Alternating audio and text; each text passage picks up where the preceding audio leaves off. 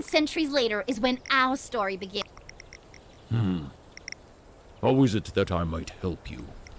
Farlo Bastaya! Cut them apart! Break them! Ratuskit! Barbardo!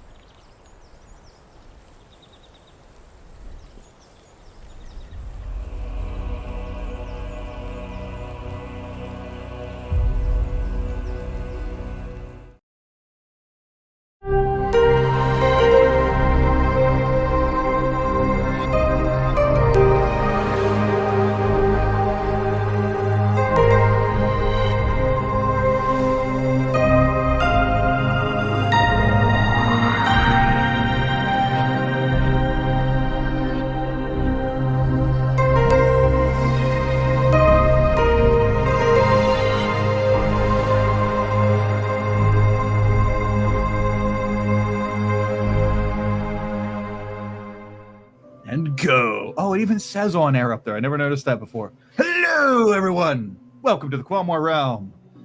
Today, we are back with Quelmar's first class, our D&D Strixhaven University Hogwarts-esque campaign in the Underdark, under a dragon war up on the surface. And these are our students. This is our first class, our first year of fully fledged Catharta. It's because it's Catharta Academy is the school.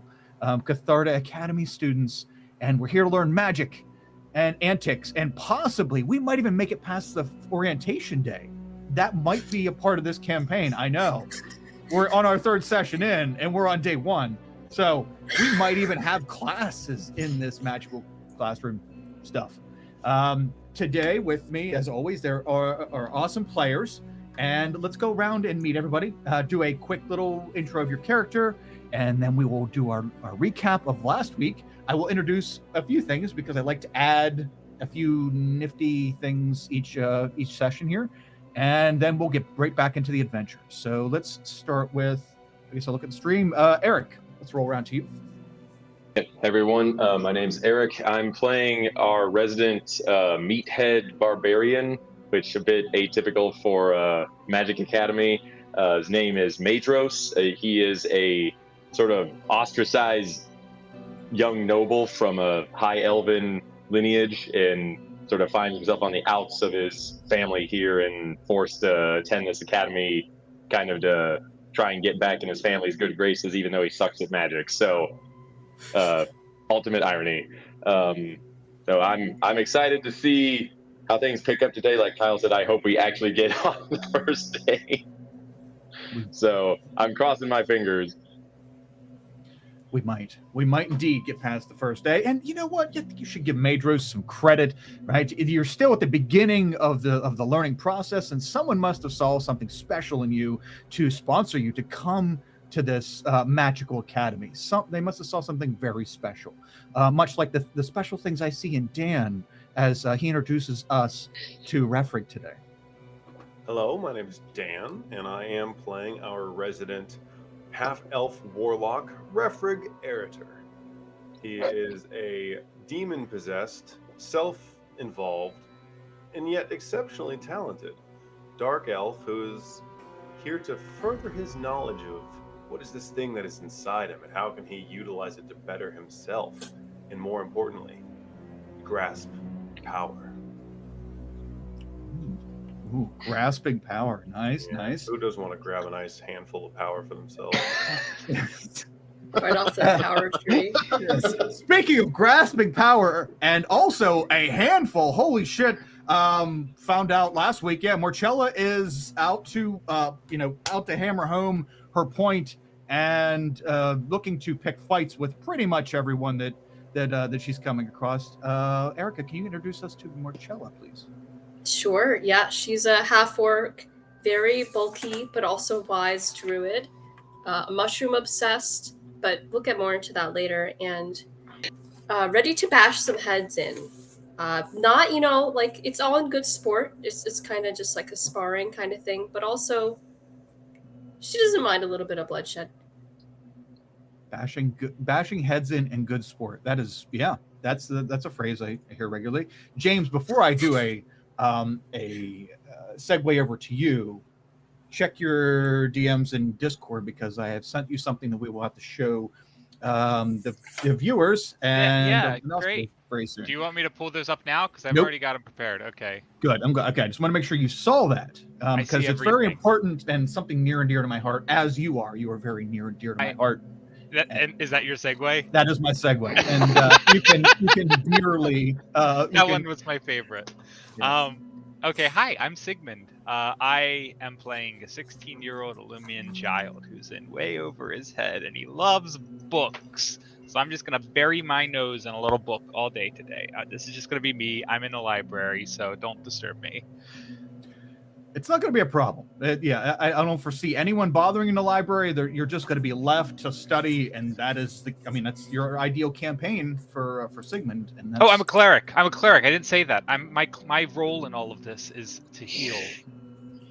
I like it that you're the knowledge domain cleric because that's one I've yet to see in a game, and I always wondered why no one ever picks it because knowledge is power.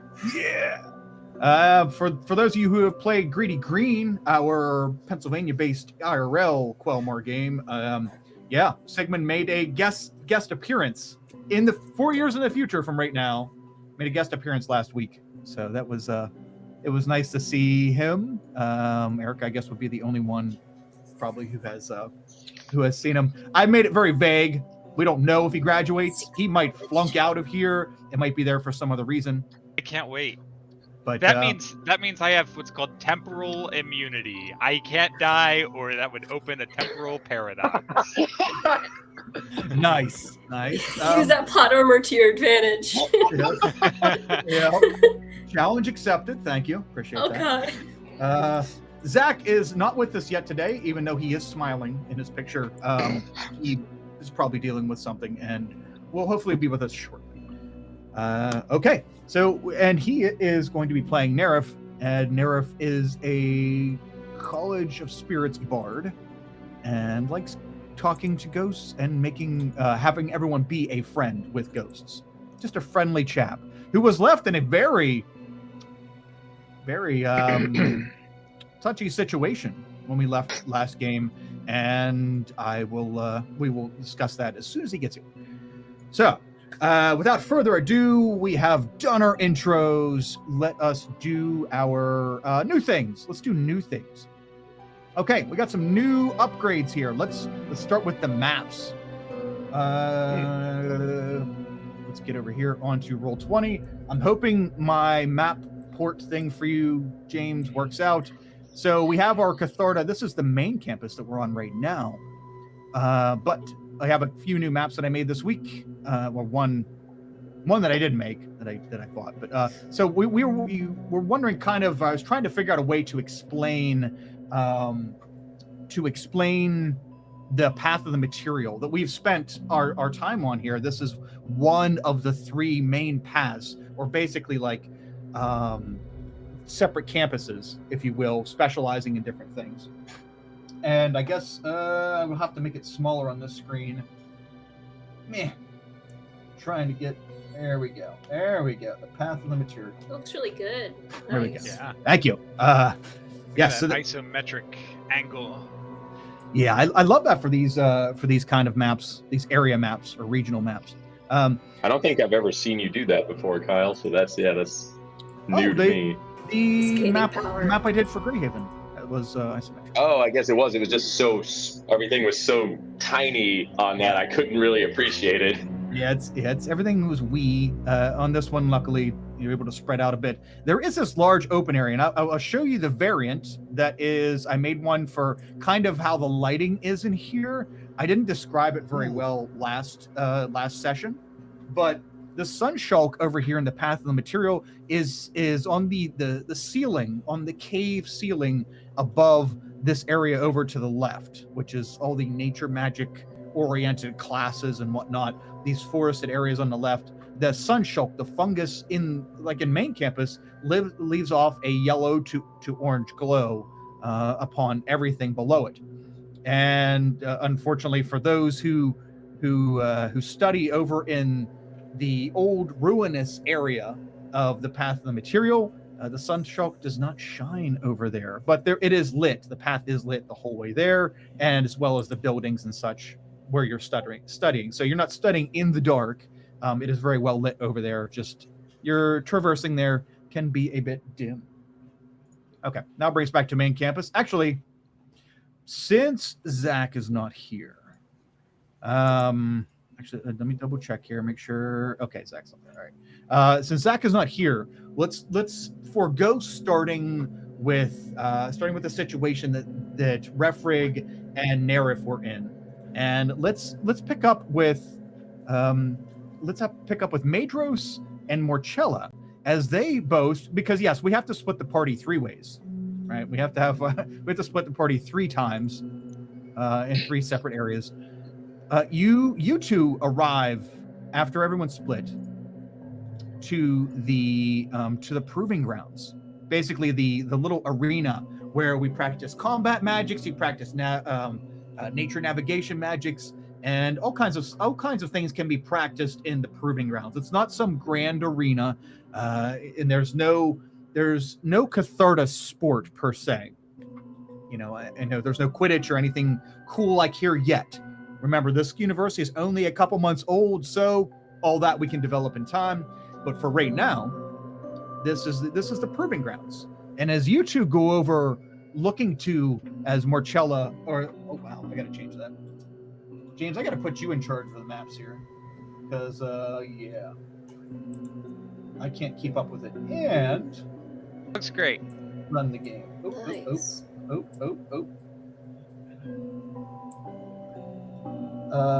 Super. Stand by. Okay. I'm sorry for those of you who are trying to view this, and I'm like wiggling it all over the place. I'm on the second computer trying to adjust the map so you can see it, and also do all this other stuff, so it's not working out too well. Okay, awesome. As the two of you approach, the gates are hanging wide open to the proving ground, and the proving ground itself is just a large. There's a very large metal fence on the outside of it, and it's very well lit in here. Of course, it's mid to late day right now, or afternoon, and as you approach, the gates are hanging wide open. First you've seen them open since you arrived here at Catharta. You enter the open gates, and the arena itself is recessed. I mean, you can see the bleachers, the seating areas. You're coming in from up here on the top left. Oh, top left, right. As you come in, you see there's seating to your left and to the right, and you see the arena down, and it dips down into the cave floor. And of course, they put all kinds of dirt and grass and everything around here, and the arena looks empty. You don't see anyone else, with the exception of a rather tall gentleman who is walking around in the inter arena, and you see him shaping earth to make it looks like support a ramp, a dirt ramp up in the arena. Looks like he's shoring it up or maintaining it. Other than that, you don't see any other students or anyone else here right now. William Mollis. Yeah. The human man spins around, kind of squints at you. Hey, that's me. Who asks? That was kind of more of a statement. But this is Morchella. I think I heard about you. You do the grass and all. Grass. I do all kinds of things. Grass, beer, whippets if you have any. Whippets? Yeah. Why? Are you some kind of narc? No, I don't think I've heard of such a thing before. Sorry, I'm just confused. That's okay. I am too often. But I'm not on a bender right now. What is it you need from William Wallace? Sorry, that's my cousin. Me and my new friend here were looking for some blood sport. We figured like as first years, someone would want to try to beat up on us, but then we could, turn the tables and show them what's what. You're looking for blood sport. Knocking heads, but in a friendly way. Aye. That's a thing. Yeah, sparring. I want to spar.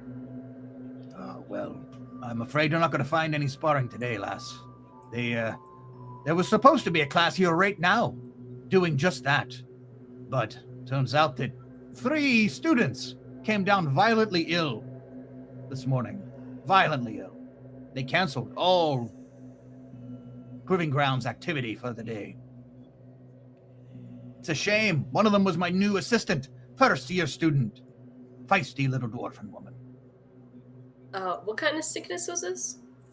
I don't know. Not from grass. And he elbow into the air. Yeah, I don't know. Violently ill, throwing up, vomiting, inconsolable, just awful ill. Several of those cases have been popping up lately. It's a shame. I wonder if the cook's been sloppy. That was what my immediate inclination might be. But I don't know. I mean, he's been here a little while, and it only just started. So. Oh, that weird fucking cook.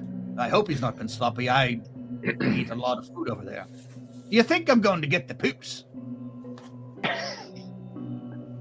Good chance of it, but I guess you're separated from them.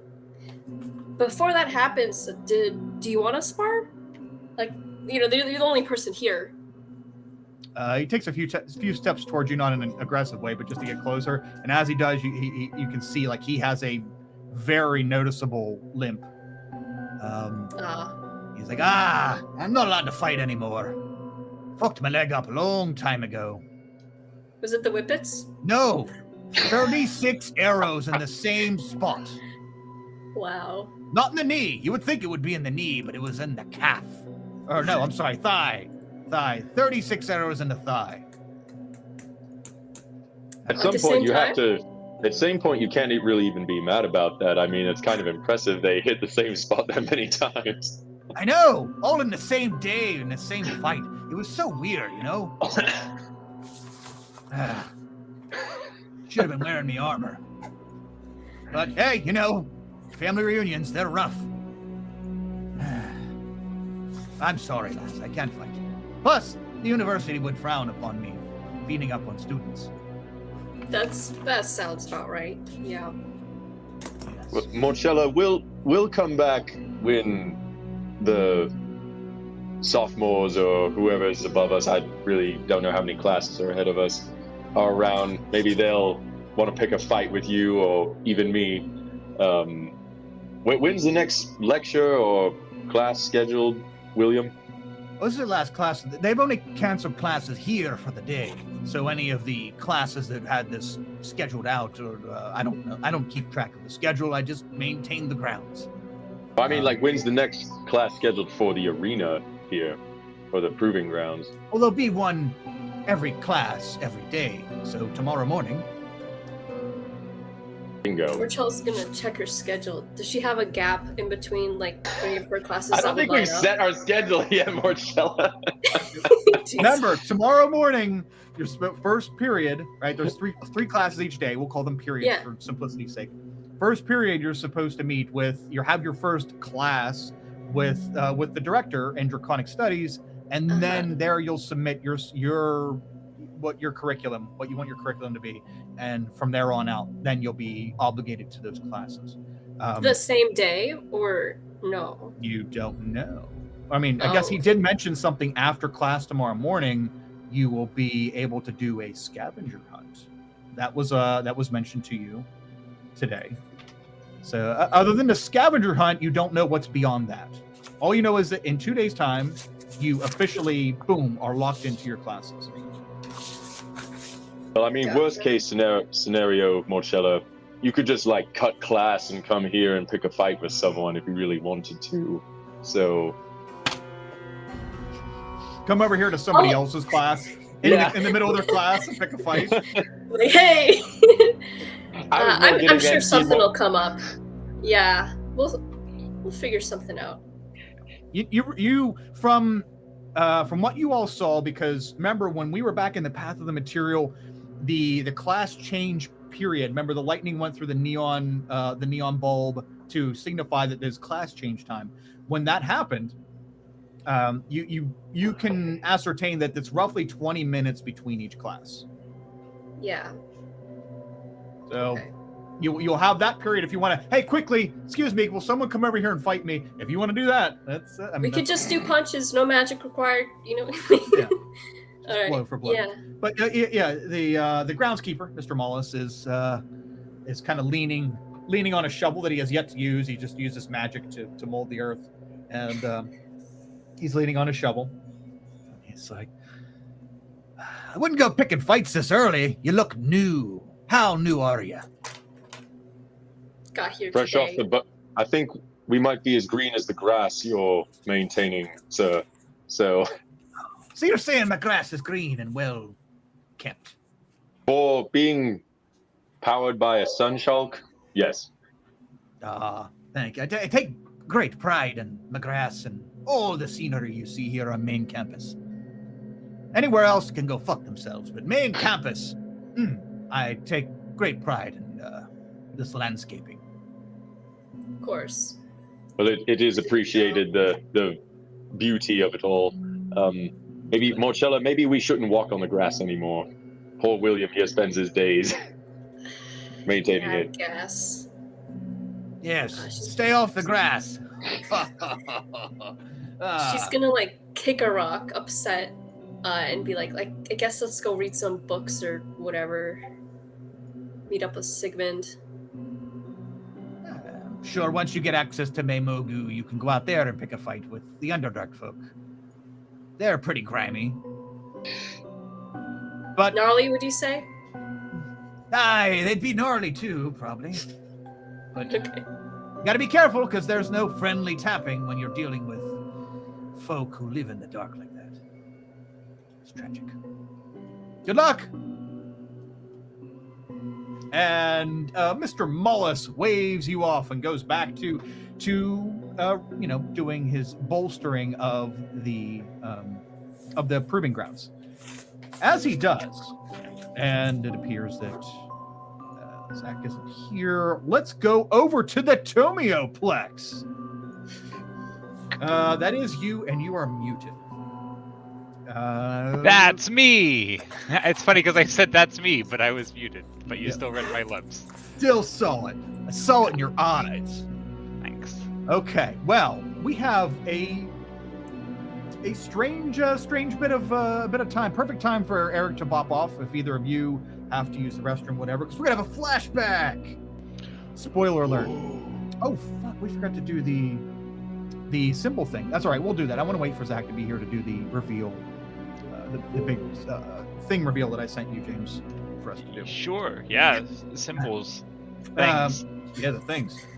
He totally So- knows what you're talking about. Let's zoom into the Tomioplex, the grand library here at Catharta Academy.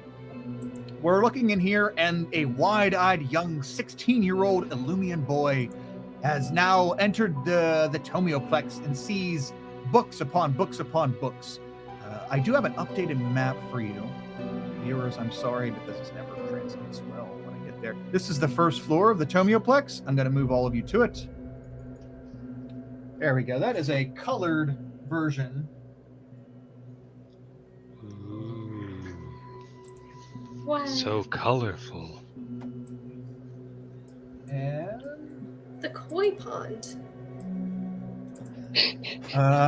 that's actually I wish that was a koi pond. Those are actually like energy things in there and orbs and all kinds of weird shit. It's like a font, some kind of magical font in the center there. It illuminates the entire place. No, at the bottom left, there's The fish. bottom left. Oh, the bottom left. Yes, I'm sorry. I thought you meant Yeah, I was like, what the fuck are you talking about, Kyle? Sorry. Yes, the arcane koi pond that lights arcane that lights fish. everything up. My bad. If it makes you feel any better. Bioluminescent. Yeah. Yeah. The koi are what really brings out the magic. So let's put you right here, Sigmund. Right there, and that right next to that. I guess you would have came in and walked. You wanted to go and find. Oh wow, is it that big? Crap.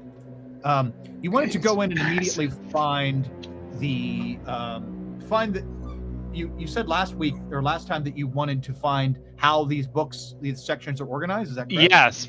Step one was I can't find what I want until I know how it works. Okay. Sigmund, you go over to this first area of bookshelves. First one you can find. You're like, oh, that whole arcane light thing in the middle, that looks cool and worth checking out at some point. But you do a nice brisk power walk over to these bookcases over here, and you can see that this looks like the whole section here, this whole bookcase looks like it has a header over it that it says hedge magic. And Edge magic. Hedge magic. Hedge magic, like hedge funds. Maybe. Though Sigmund would probably know that hedge magic is basically just like very, very minor forms of magic that people tend to learn out in nature and such like that. A lot of recluses use it. None of it's usually pretty powerful, but it is easier to learn than a lot of arcane and divine magics. Sure. So I was going to say, so the sections are labeled then? If I'm seeing a sign that says these are the hedge magic books, then in theory, are other sections labeled? Yep. Yeah. The first section you come to is hedge magic. And as you are kind of skimming the spines of the books as you're going along and going to presumably look at more sections and see what else they have here. This whole first bookcase here in front of you seems to be hedge magic, and I'm guessing you're just kind of pulling out books where titles look good and just flipping through it for a second and then moving on. Yeah, well, hedge magic is absolutely fascinating, and being that I imagine I will be basically teaching myself when I am not in classes, learning from teachers, I will take a mental bookmark that, good, the hedge magic section is right here. I'm just picturing it like the For Dummies section at the library, where it's just like, you want to learn prestidigitation, get your hedge magic prestidigitation book. But no, I do want to look around at other sections to see, like, what is the scale of what they have? Like, is it all just types of magic because this is a magic school? Are there history records? Are there botanical records? But what is botany? Botanical. Botanical. That's it.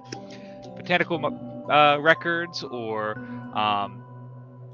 even like surveying records for the buildings and the location and the caves in which we're located. I'm really just on the hunt for anything about anything. The thing that will perk my interest the most is where the hell are we? What is this place? Because they have kept all of that such a secret when we came on board, and the idea that maybe there's records here will help put me a step forward, a step ahead of the competition. Ooh, okay, awesome. Well, let's go down to as you're looking for all that, down at the very end of this bookcase, or this row, we'll just call it this row, you get past the hedge magic section, and then you get to a section of the library that says, what would it be titled? I guess it'd be titled something like Navigating the Tomioplex. Ooh, I like that section. So a section on how to navigate sections. Yes, there Perfect. We go. So you see that right here in front of you as you make your way down the end of the first row. And as you begin to look at the spines of the books and pick a few out to try to find books that will help you, again, find the nature of this, of how this place was formed, these cavern areas, how to go about discovering all these things and giving you that edge that you so desire. Yes. You pull out a book and you go to open it. And as you do, you feel a heavy hand on your shoulder and a voice, a very unfamiliar voice saying a very familiar line. rather pleasant, almost monotone voice comes from behind you, presumably belonging to whoever has the hand on your shoulder. And the voice says, "You can do this." And that brings you back. That phrase, "you can do this," that was something that means a lot to you. As we flash back, Sigmund, you were looking to take care of, what was your family's house? What was your family house name? I come from House Gripple. Gripple. House Gripple. The Gripple House. The Gripple House. Okay. So you come from House Gripple, and you were poised to take over eventually, right? Once your father and everything gets in order, you are destined to lead House Gripple into the future. As a young boy, as a young, strapping, smart young man, your father had his reservations on whether you were going to be up to the task. So your father hired a gentleman by his name was Francis, and Francis is an evaluator. Francis was to spend 3 weeks with you, and you were to be evaluated in all kinds of manners: your arcane prowess, your ability to manage money, your all kinds of shit. So you spent 3 weeks with Francis. Nice human man. Nice. He didn't quite understand the whole Illumian thing, but he was a nice gentleman and treated you pretty fairly. And at the end of these 3 weeks, he felt pretty confident that your father was going to be pleased, going to be proud of you, that you've done so well in the evaluation. It is the day of Francis turning in your evaluation to your father. And you're sitting in the library, the family library, reading a book, studying up, because that sounds fun. And you're waiting for the results. You're waiting for Francis or your father or whoever's going to come talk to you after their meeting to come in. And the door opens. You quickly look over, and you see it's Francis coming in with a not happy, not sad face, a business face. Francis, the evaluator, comes over, slowly pulls out a chair, kind of locks eye contact with you, and sits down across from you in the library at the table. How you doing, buddy? Good. I am discerning from your face that things aren't going as expected. Well, it's not all bad. But not as expected.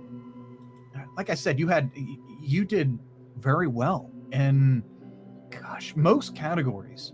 The only things that you really struggled with were interpersonal communication, as well as business acumen. And But interpersonal communication isn't important in our line of work. Our line of work is to do what must be done to find the truth. That should be a tiny little point value on the overall evaluation score. Yes. Well, the third area that you didn't do so well in was leadership, and that kind of the way you're explaining that shows that shows your father that you might not be ready for the leadership role. Your skill is undoubted, Sigmund. You're great, but we're talking about leading a house.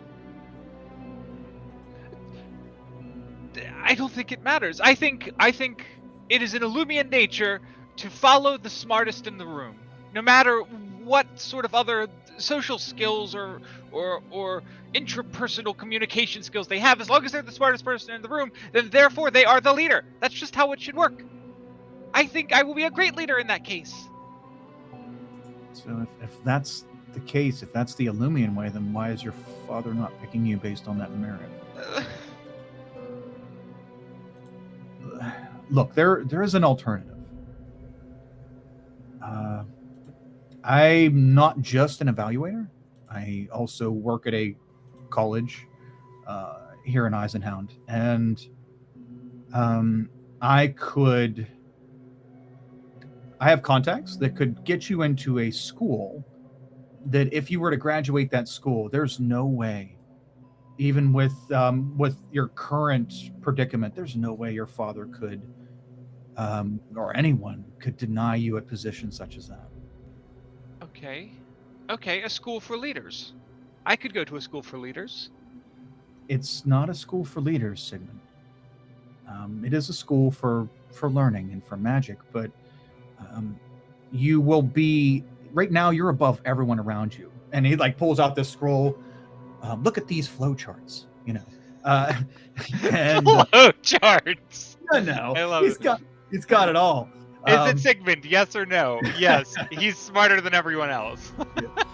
Yeah. See, you're way above your peers. The problem is you're not challenged, and you also need to learn how to not be the best all the time, and that will help you be a leader, Sigmund. But shouldn't a leader be the person who's the best? A leader should know when to trust others for their valued skills. And right now, you don't. I will write that down as he's saying it on the book that I am reading. I will write literally on top of the words so that it's barely even legible to anybody who doesn't know what I'm writing. But yeah, I'm gonna be like writing down this first lesson on what a leader should be. I know a person who owns a university that you could benefit from, and that would, I think, will get you what you're looking for, and also teach you things that you didn't know you could learn. Okay, like a bard college, like to lead, like bards lead. Yes, there's bardic schools all over the place. I accept the challenge of attending a bardic university. Boy, the debate on whether to further explain something to you or not is trying. Not quite a bardic college, but yes, actually, yes. Everything, yes. Then I accept. I will need to purchase a lute. You know what?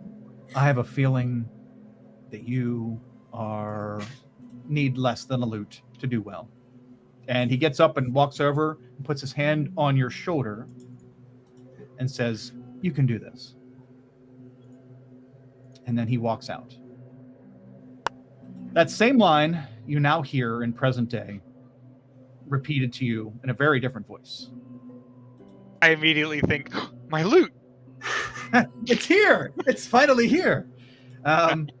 You must not have been paying attention or kind of zoned out when you were looking at these books, because you don't remember the title of the book you just picked up, and you're opening up as this hand touches your shoulder. And you turn your head around to see who is speaking to you, and you look up and you see that it is a person. Let me put him on the map. He's got a token. I don't have a picture ready, but he's got a token. There we go. He's not that big. Aw. Is he Warforged? Yes. Ooh. A metal and wooden construct with a somewhat pleasant face, dressed in robes. Looks more like he's dressed as in he's trying to fit in, and less as he's dressed as in someone gave him this uniform. It's like he took pieces of normal people uniform and had them put them together on him, and he's trying to look normal.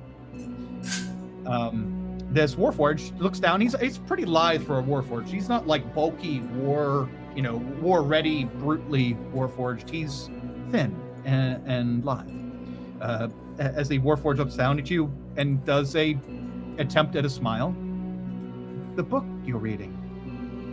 And he points at the book in your hand. You flip it shut, and on the cover it says, "You can do this. Guide for finding things in the Tomioplex."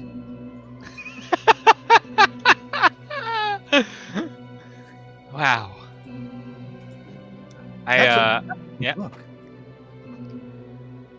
Thanks. Do you think this is my first time here at the Tomioplex? By the way, my name is Sigmund. What is your name, sir, or ma'am, or madam, or Any of whatever those title? Any of those works for me. And he juts his hand out to shake your hand. Yes. Well, then what is your name, madam? My name is Glyph. Glyph. Ooh, Glyph. That's wonderful. Gliff, not the Ah. PH. Not the PH version. Not Yes. the PH. Yes. Like a sigil. I'll make the word glyph with a YPH appear over my head, and then like a slot machine, I'll make the YPH flip around and then turn into the IF version. He claps. Metal clap. Oh, you are the one they told me to see. Oh, that is wonderful that you can do cool things like that. I've never seen it. I'm an Illumian. It's part of my racial nature. My people have a special relationship with glyphs and sigils and words, and maybe I can have a special relationship with you too, madam. Well, I mean, my name is Glyph, and if your people have a special relationship with glyphs, then I think I should be at the top of your friend list. I think that's a great idea, Glyph. So is this book is all I need to get started? I have in the no idea. Tomioplex? I have no idea. I've never read it. How many of these books have you read, Glyph? I don't know. This is my first time in the Tomioplex. Oh, it's both our first times. Then we should formulate a plan. What do you want to know about the Tomioplex, and what do I want to know about the Tomioplex? And then we'll work together, and we'll both figure out how to get what we want. That sounds like a wonderful plan, new friend of Glyph. But I don't. I must seek you. I need your help, and not the help of this wonderful, wonderful place. Who sent you? The director sent me, Mr. Venleth. Oh, said yeah. that I needed to find a very smart young man who is also in the new class. I am new. I just got here. Yeah, Director Venleth. He's kind of hold on. Quick note. Director Venleth is he the elf who was like kind of an asshole to all of us, or was that someone else? No, that was Yalaldin. Oh, that was your Louding. That's right. He had the weird name that was like ELO. Yeah, if we need names, I started an open handout in Roll20. There it is. So Venleth was the one we met in the first session. He wasn't giving us the tour, was he? Or yes, he's the one who started. He was. He's the one you met first. He is the dean, essentially the dean of the college. Great, fantastic. Then I do know who Venleth is, and I will say he is a fascinating man, and he needs to learn how tours work. You got a tour? I did get a tour. You didn't get a tour? I will give you. As member of House Gripple, it is my duty to give you a tour of the Tomioplex. There is no one better suited for the job. Here we have books on how to navigate the Tomioplex. Over there, we have hedge books about magic. Oh, that's rather extensive. That's twice as many sections as I knew of. Okay, that's a great start. That's all I know so far. Oh, okay. Well, Mr. Venleth told me that you are great with words and would be able to explain to me what goes on in this university. You see, I am a fill-in because a girl got violently sick and could no longer continue the program. Oh, no, that was probably Morchella. I'm not surprised. I shall pray for Marcella then. Yes, we will. But first, you know what? Mr. Mrs. Glyph, are you married, Mr. Mrs. Glyph? No. All right, Miss Glyph. I have just arrived as well, and I am still learning things, but I am trying to figure out the same thing you are about Catharda and why Catharda. Why? I'm a bit of a philosopher. A little bit of an existentialist, you see. I need to know, why are we here in Catharda is here? Oh, so you're looking for the meaning of life and why life is here at Catharda? Yes. Oh. Precisely. Someone who finally speaks my language. Oh my goodness. You don't understand. I have been traveling with these 4 maniacs. Oh, that sounds scary. Maybe the director sent me to protect you from these 4 maniacs. They're not that bad once you get to know them. but they don't understand how important knowledge is. They've come to this school. You and me, Glyph, we have an opportunity to learn at the most prestigious and secretive academies in all of Quelmar, and they are squandering their opportunity, going to kitchens and to arenas, and they don't understand where the true power is here. But you and I, Glyph, we're going to learn the true power starting now. I reach into the shelf, I grab one random book, and I toss it at Glyph. What is it? Campus bathrooms and more. Okay. He opens it up. As fascinating as this looks, new friend Sigmund, I don't believe I will be taking advantage of its offerings. I do not defecate. I did not know that about Warforged. More time for reading, Sigmund. We're both learning. Oh, good. Well, let me tell you what I do know. So just to make sure we are on the same page, here's what Catharta is. Catharta has several schools of study, and you can become a member of those schools. Going back to my notes, you can become a member of one of these paths, and you learn to specialize in a certain type of magic. Can you do magic, Glyph? Oh, you mean schools and paths like these? And he takes his hands and he puts them together and does like a rainbow like magic thing, and you see 4 sigils across this rainbow. So the answer is yes, you can do magic. And on those sigils, James, if you'd be so kind as to put them on the Sure. Is there any particular order, or do you just want all 4? Yeah, just plop them on there. I'm going to put them in Discord, and I saw, did I see correctly? Yes, Jeff might still be here. So you can thank Jeff. Jeff made these awesome sigils for the houses, I'm sorry, the hosts of Catharta. And I'm going to put them in our Discord chat right now. Yeah, they should be visible on the stream now, but if you're not looking at the stream, you'll need to grab it from Discord. Boom. Uploading 4 files. There we go. So in Discord, first class Discord, these are the four hosts of Catharta. The green one is the sigil for the host of Giadari, and the Giadari is, well, we went through all the 4 hosts and during orientation, but yeah, we have Giadari, and the purple one is Cyrex, and the orangish one is Tinkeryor, and the blue one is Vigilant. Those are our, I guess it would be houses, right? How it would be the equivalent of Harry Potter houses. These are the hosts of Catharta, and the organizations that you could be a part of, and out in the world of Quelmar after you get your education here. And so, just as I'm trying to explain it to Glyph as well, I will probably, I think, just because I'm still figuring out both James and Sigmund, I will probably use host and path and house interchangeably, even though they are not interchangeable. So I will probably get confused a little bit, though I do understand. Yeah. So yeah, these are the 4. These are so these are the 4 paths / 4 houses / 4 schools / 4 hosts / 4 things. Yeah. There's no houses. I just say house to try to equate it to what people might be more familiar with Harry Potter. Sure. But yeah, interchanging, whatever. It'll take us a while to get used to the terminology.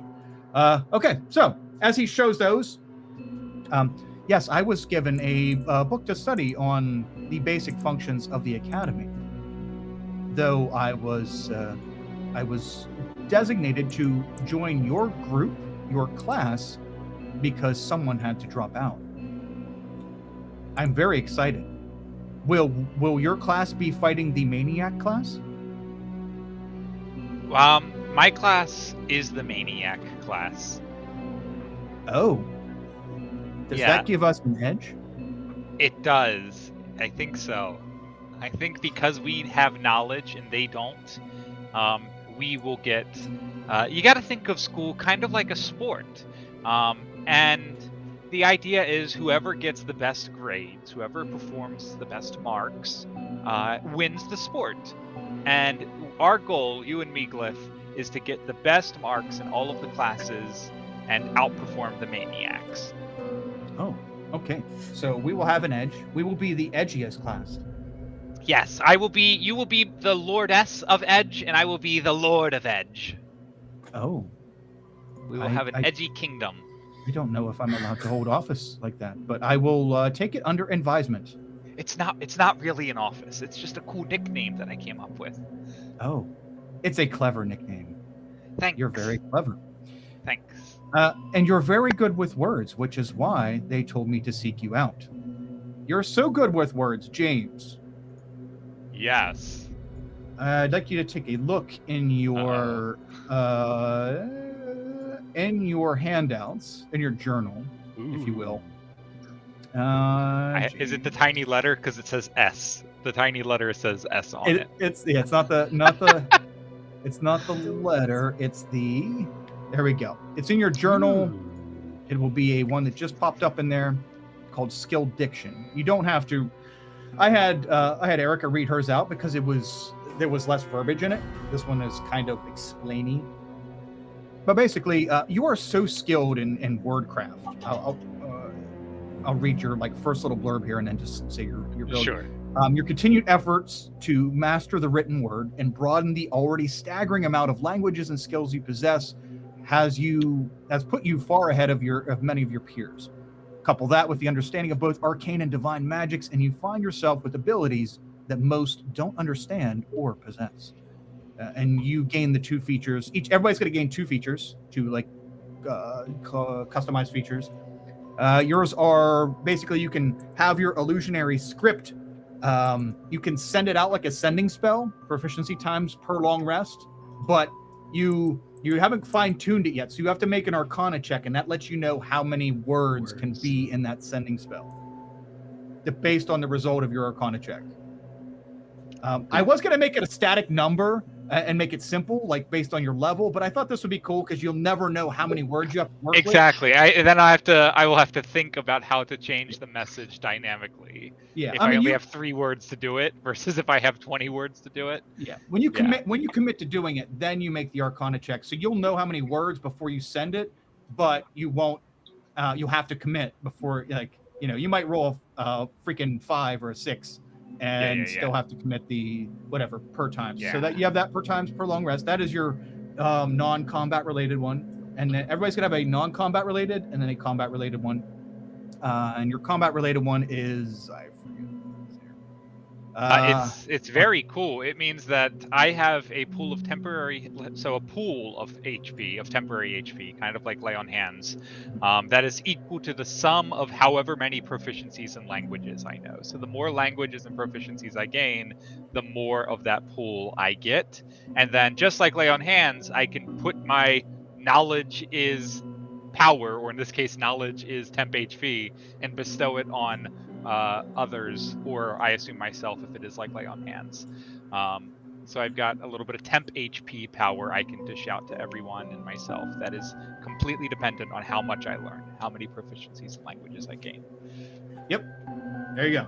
So those are abilities that your peers didn't have around you in the same level, classification as you. Okay. As you and that's the funniest thing. I should have screenshot that. Oh yeah, we'll get that. We'll get that off the video because that was brilliant. It was like the eye tilt, the whole. It was beautiful. Yeah. I just like that it was right over your face, Erica. So it was just like you. Yep. Who needs Photoshop? That was beautiful. That was wonderful.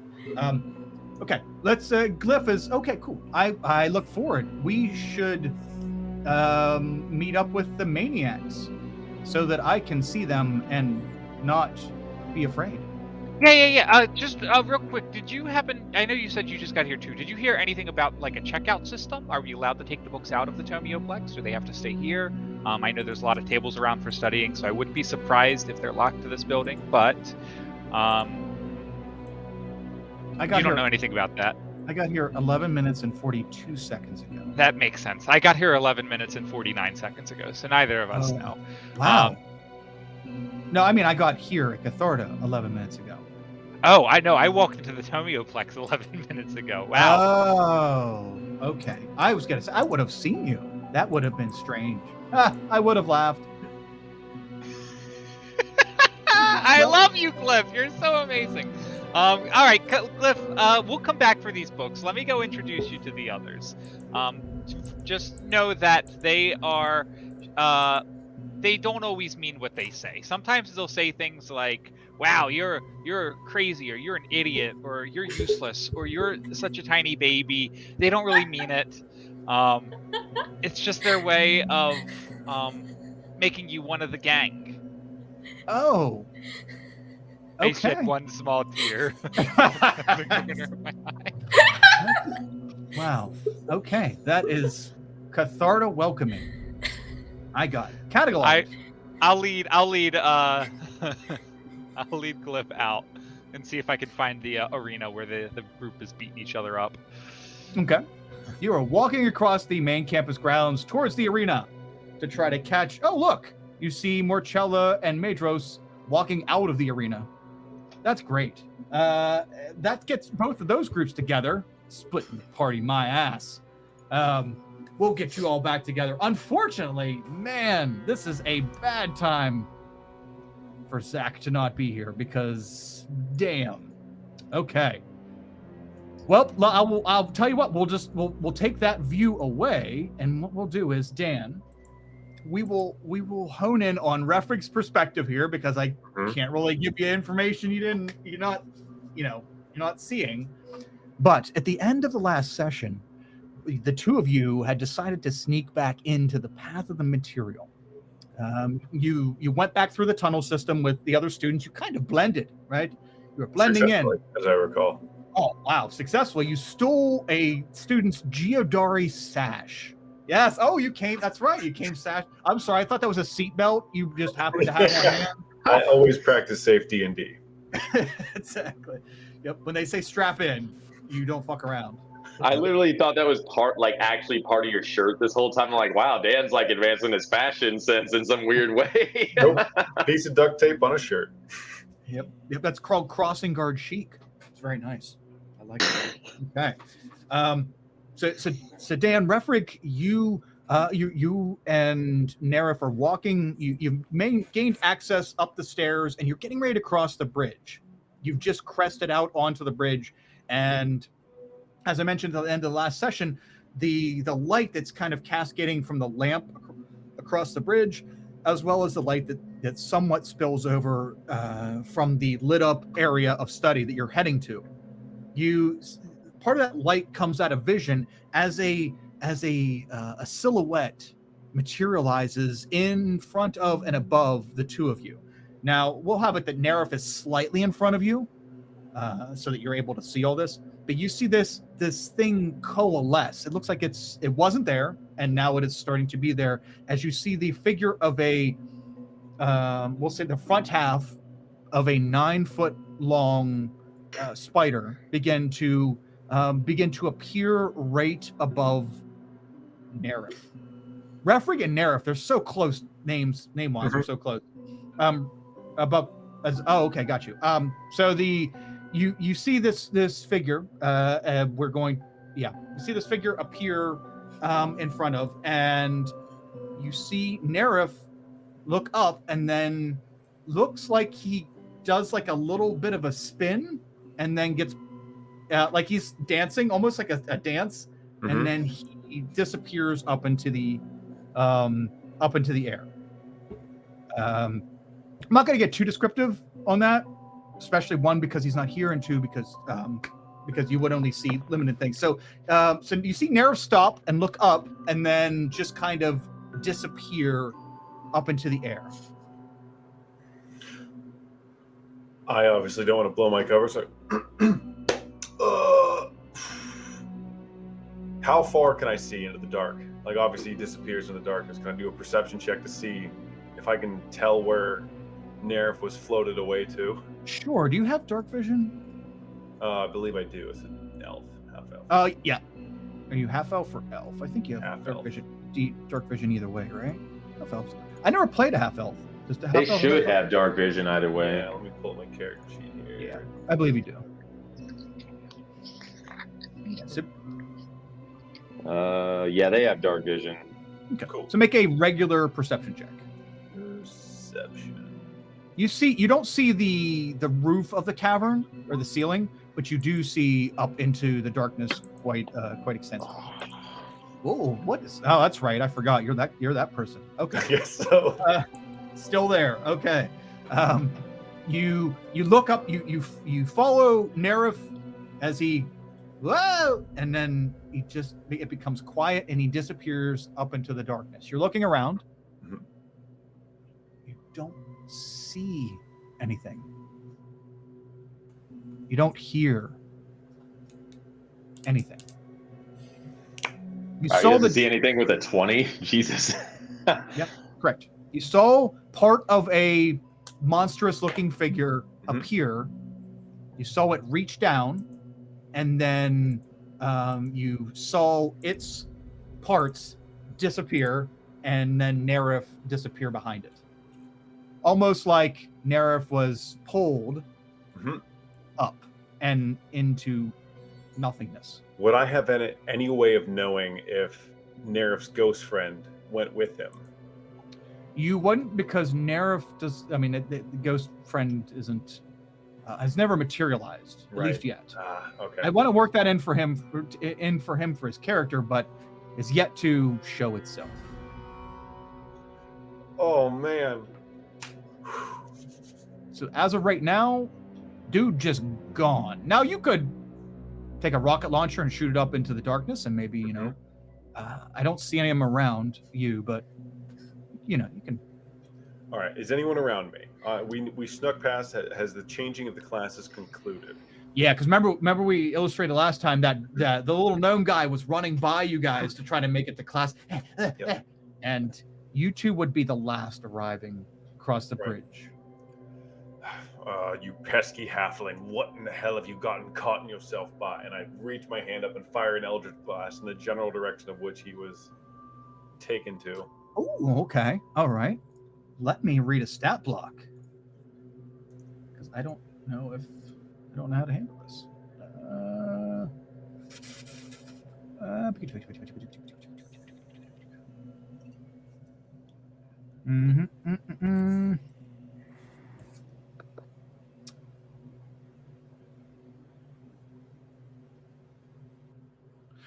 All right, this is interesting. Okay, so I'm going to assume that intangible means that your Elder's Blast is not going to hit it. But does it? Would you? I think that's how that means. Yeah. I'm going to guess. All right. Comes invisible and intangible. Yeah, let's go with that. You shoot it up and it hits the ceiling. Mm-hmm. And let's since you're great with rolling d20s, just go ahead and roll a d20. Just random d20. Jesus Christ. Of course. Okay. Well away from you, like 6 feet onto the bridge, a piece of stone cracks into the bridge. You see that it damages the bridge, but doesn't break through it or anything. It's a sturdy, big ass bridge. But you can see that it has left a little crater in the bridge. Mm-hmm. No response. I yell, "Come back here with him! He's done nothing wrong!" Make a persuasion check with disadvantage. Persuasion with disadvantage. Yes.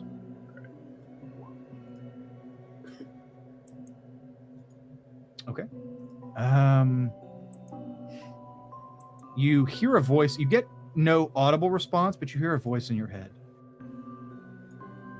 A very soft and melodic feminine voice.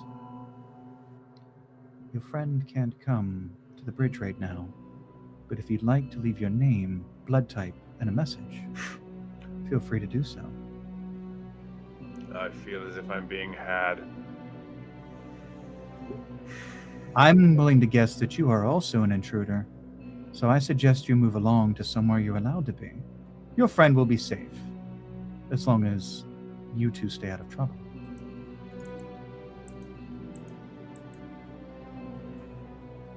You have my word. Very well, creature. Call me Charlotte. Charlotte. Very well, Charlotte. Should I find that in any way you have hurt Nerif, I'll find you. I will return for you. And you will be no more. God, I heard Liam Neeson speaking through you for a second. I will find you. I will hunt you down. I don't have many spell slots, but what I do have is Eldritch Blast. Is a cantrip that I will fire nat 20s forever. I have a particular set of spells. Oh man, now I see a wizard. Now I see I see a character idea there. Okay. Your director will to continue crossing the bridge then. Okay.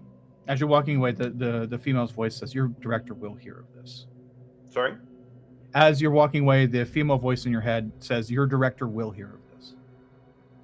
So he shall. And you walk down into the dark passage. Oh yeah, I guess I should switch maps. Huh? The dark walkway that is lit with lamps, and right there.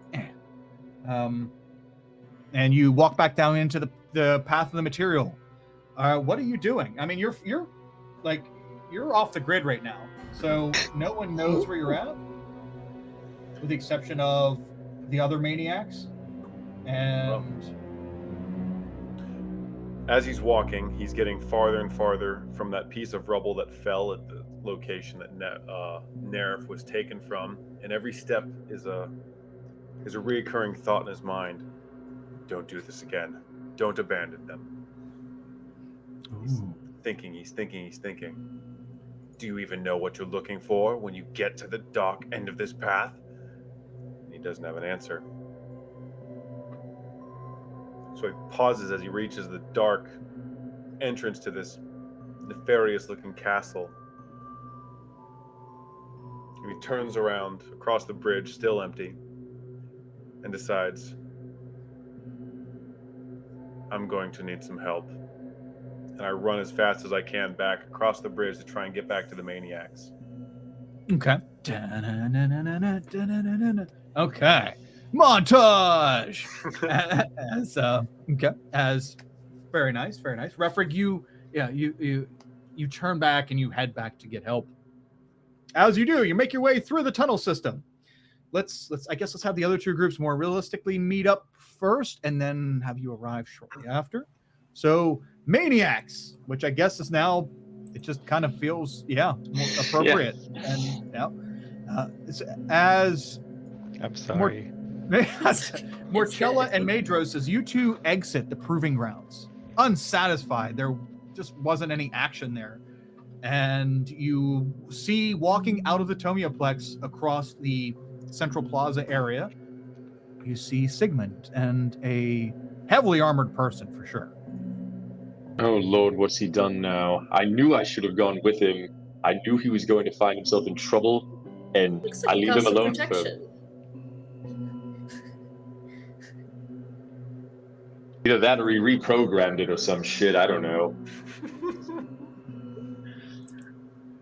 Hacker skill. Hacker. Same thing, Sigmund. You and Glyph walk out of the Tomioplex and look down at the top of the stairs because you're at a height advantage. You look out and you can see Morcello and Madros heading out of the proving grounds. Sure. Once I finally see them and they're looking at us, I will awkwardly just sort of raise my hand a little, like not all the way up and not just like an awkward amount, and just sort of wave. See if they see us, and I'll say to Glyph, "That's them. That's the gang." Glyph will wave like the same way you are. They'll look over to you and What Try are to you wave doing? these. Don't wave like that's a weird way to wave. No, wave like this. Marcella's gonna like glare at them. You for gotta a wave while. like in a cool way, Glyph. We gotta be cool. She's I gonna just yell, say to March- put your arms down! You look like idiots! I just say to Marcella, "Oh Lord, now there's two of them."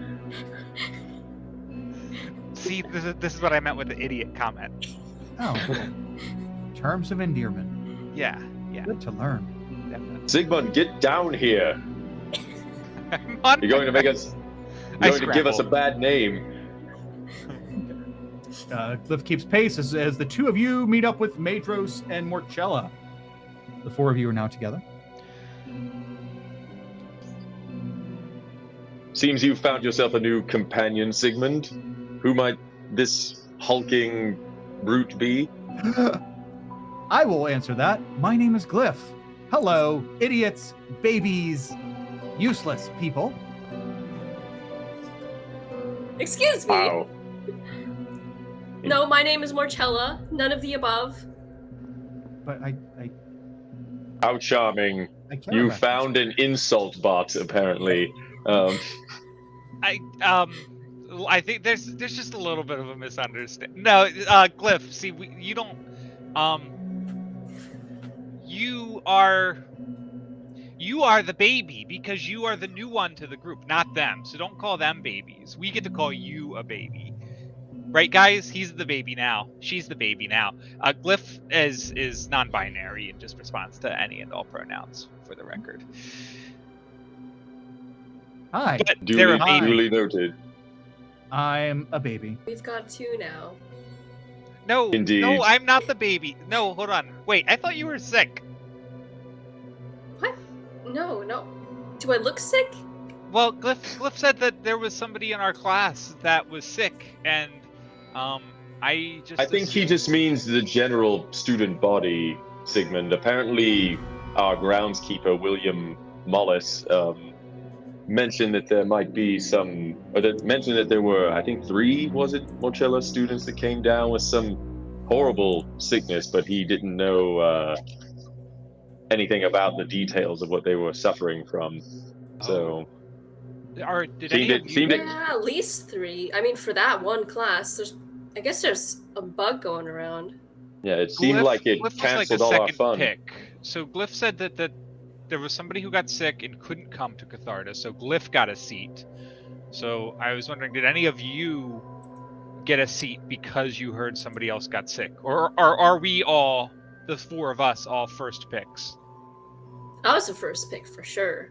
I don't know about you. I was the only pick. Refrig, you get here like right about now. Are you like wheezing? Oh, hello, there you are. I need your help. Nerif and I very, very successfully snuck into a very dark part. He needs help. Will you help me save him? I'm Glyph. My stupid, useless idiot friend. Charmed, I'm sure. I am. What is that? I think Sigmund found a pet or something like that. I really don't know. This is a person. Warforged are creatures. Excuse me. Incredible. Person. People. I'm a baby. Are all remarkable. Did anyone at all hear the initial request that I made?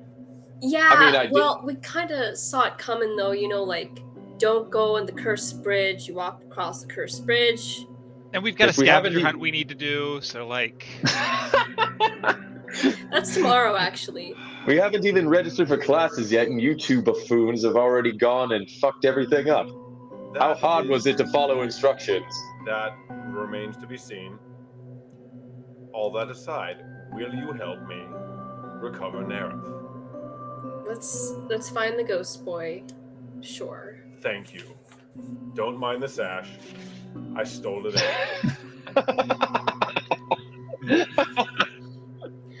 Wait, did he just Look, I toss it on really- the ground? I really don't think it's wise to be tromping back down there. How did you get back here fine, and he didn't? Obviously, I'm dressed like a student, and I wasn't abducted by some invisible creature named Charlotte. And that creature just let you go? Seemingly, yes. What did the You creature there, look like? Dumpster creature. Do you know a Charlotte at this Dumpster creature. The talking trash can, whatever the hell she is. They are. Am I? They look at Sigmund. Is this also endearment? I think yes. Oh, well. How did I get here? I walked.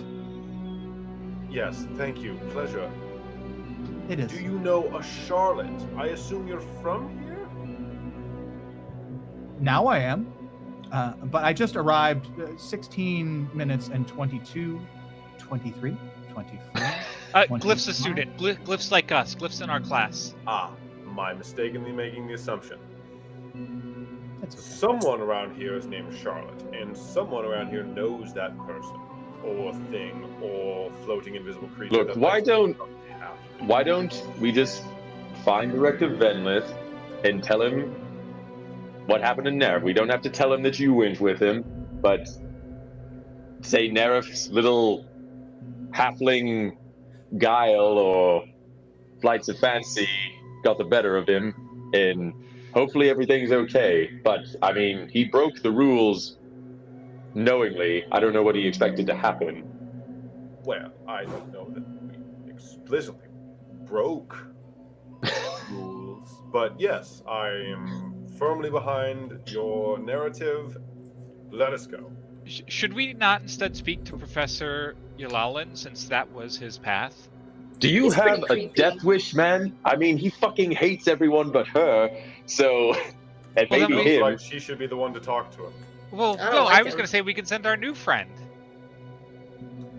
Does I'm Glyph. he I know- don't think he knows his head from his ass, much less who Yalalan is or where his path is. He knew who Director Venelith was, right? So, if they know who Venelith is, then they probably know who somebody who He said I he'd bet been that here for groundskeeper 16 and a half would know. minutes. Have you met Sammy Putnam yet? What? Sammy Putnam. No, I've met two people, the director and you, until the maniacs arrived. Now I've But met what now? maniacs. What the hell is a maniac? What You sort want- of Yeah, Sigmund, nonsense are you what's a filling this maniac? thing's Yeah, I head? don't. I think What's a we should maniac, Sigmund? find Director Venelith. I think we need to go find Director Venelith, and that is priority number one.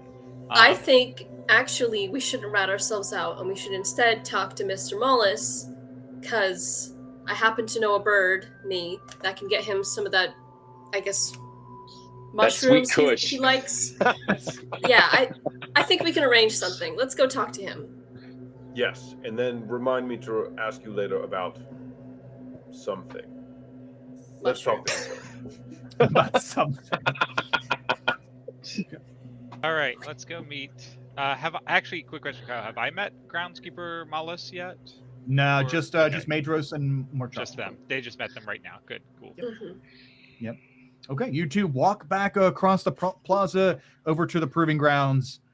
As you're getting there, you see the very, very present limp of this middle-aged human man as he's carrying a bucket and a bag up the stairs in the proving grounds and up towards the gate. Looks like he's getting ready to leave. He stops as he sees the five of you standing there. What can I do Hi for again, you? Hi. Mr. Mullis. Do you know Charlotte? I know a few Charlottes. Why? You know a Charlotte that hangs around the path of material? No. Well, this has been a useless endeavor. I say we go back to Venlith and do what I said in the first place. Why would he doesn't even leave this place. He only gardens out here. We don't, I mean, as much as growth as there was in the path of the material, Very I well. thought you kept. would What have about run into the Calvin? Do we professors want or to? something. We could talk to Calvin. He seems like, since he's like a ghost slaver, he's probably pretty cool. Wait, was he lying? Can I do like a roll to see if he was lying about not knowing Charlotte? Sure, insight check. Yeah, because I'm like, how would you not know like all of the staff? I don't think it's staff. So Yeah. just above Oh, table shit. talk. I don't think it's staff. Yeah. You're uncertain. Yeah. He sounds like he could be telling the truth. He doesn't. He's not like giving any obvious tells. Are there creatures in this place that are not considered faculty? Yes, all of you. No! Outstanding. He's a muppet. One. There. Coming from my character model. Yeah, that's a blow. That's a low blow. There's creatures in here. It's the Underdark. What do you think? Okay. Things Is there fine, anything that is known that could be a threat to a student? Yeah, that salad we beat up earlier. Look, Refrig, did you not hear Venlis say, and even Yalalan say, there's dangers here? I'm not Yes, sure what you were the creatures expecting to spoke find. The creatures spoke to me and assured me of Neref's safety. That seems some level of sentience. It doesn't seem like a plain creature. Someone. Well, Yalalan's probably the only one who would know, and I don't know about you, but I wouldn't. If you have good graces with him, I wouldn't squander them any more than you may have already done. I This cannot. sounds. Lalan's a This dickhead. sounds like an. Yalalan? Yeah. Didn't mean to Yeah, he interrupt. is. Oh, he like Yalalan either. Especially since he might be your baby daddy. He's not my So- real dad.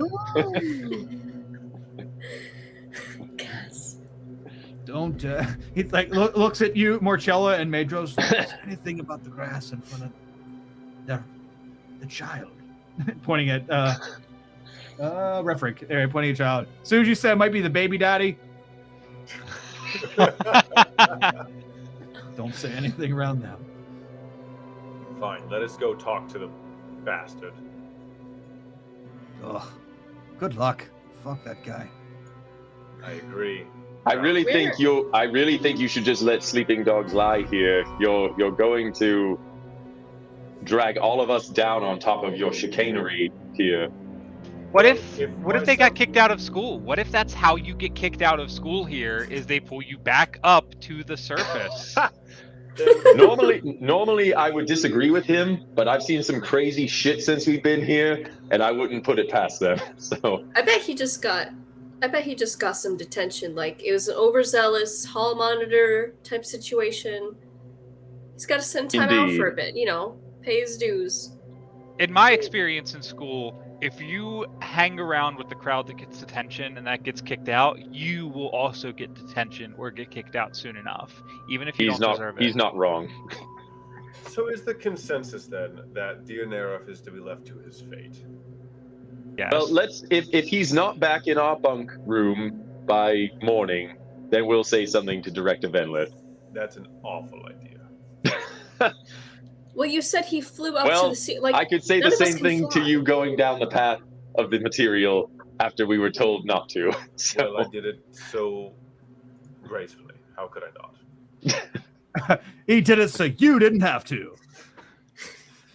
And I will But- add that dear Neref put together an incredible costume. See, yeah, that's true. What a waste of a ghillie suit if he dies. No. Nice. Okay. Interesting. How to push? All right. Well, just be safe, students. You're new, and I'd hate to see you die, or that asshole to turn you into little mini assholes. Slowly glancing over at Refrig, and don't get sick. A lot of students have been getting sick. Don't get sick. Only good berries for me. She's gonna hold up. She still has like a little handful. There you go. Stay clean, everyone, always. And he like quickly hobbles off towards the north. Yeah, northward. Look at that hobble. That guy's got a great hobble. He got shot 37 times Yeah, I in was half. about to say it. I think it was a thigh, actually. But Oh, right. be that as it may, let's either, for fuck's sake, let's just get back to our bloody dorms. In Nerf, unfortunately, a casualty of this place. I'm sure we won't be the last. Good to know that a teammate of ours is so readily. Look, abandoned. clearly you, hotshot, couldn't handle whatever took him. I doubt we could. I can't even cast most basic spells except for this, as he snaps and like fire comes out of his fingers. Well, So you're correct on that front. Being that this is a magical school, tell me, what is it that you bring to the table? look, my family's history has a history of innate magic power. I'm just a little bit of a late bloomer, is all. Skipped a generation, did it? You must be a twin. Bazinga. Okay, gang, where are we heading? We have some decisions here. Not sure any of them are right or wrong. Where are we Yeah, I heading? kinda You feel have, bad this is your look, this will be like your abandoning only free afternoon. Mm-hmm. How do you want to spend it? Studying. Oh my god. I love it. All this chaos, that's all he cares about. Sigmund's like, oh man, we gotta get back. Oh man, poor Rafrig. Anyway, so this is the section on botany. Well, who else could we? I guess we could. Let's talk to the ghost guy just to check. I mean, I don't want to talk to Professor, get us in trouble, you know. But if it's someone else that doesn't really care, can't hurt. Okay. Okay, so are we going to the Cathartic Calvin? Cafe? Calvin. Yeah. Calvin. Yeah. Okay. Okay. You walk across the plaza and over to the Cathartic Cafe. Let me fetch the hand. The hand. Can the player icons fit on the hand? I'm very curious. If we make the hand bigger. Yeah. Or the icon smaller. Oh, There precious. it is. Royal flush. So many. The biggest hand you can have.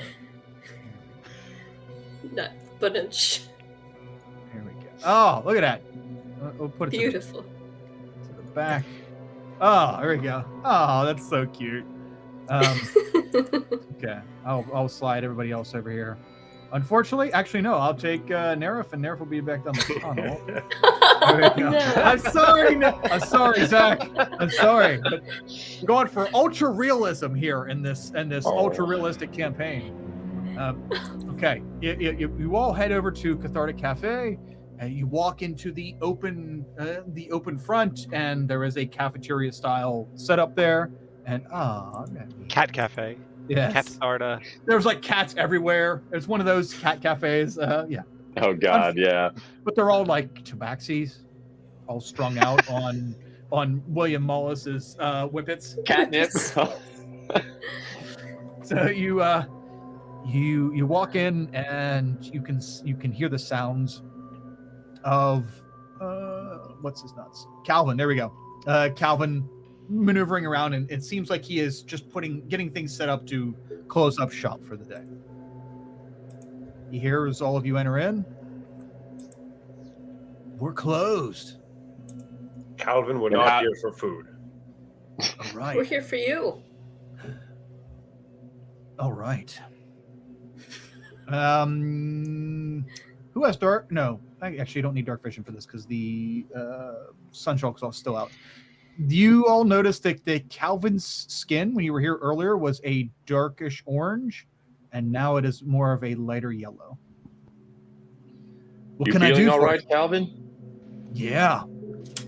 Hell yeah, it's Burger Day tomorrow. I forgot what he sounded like. Mr. Calvin, I have a question. Yeah.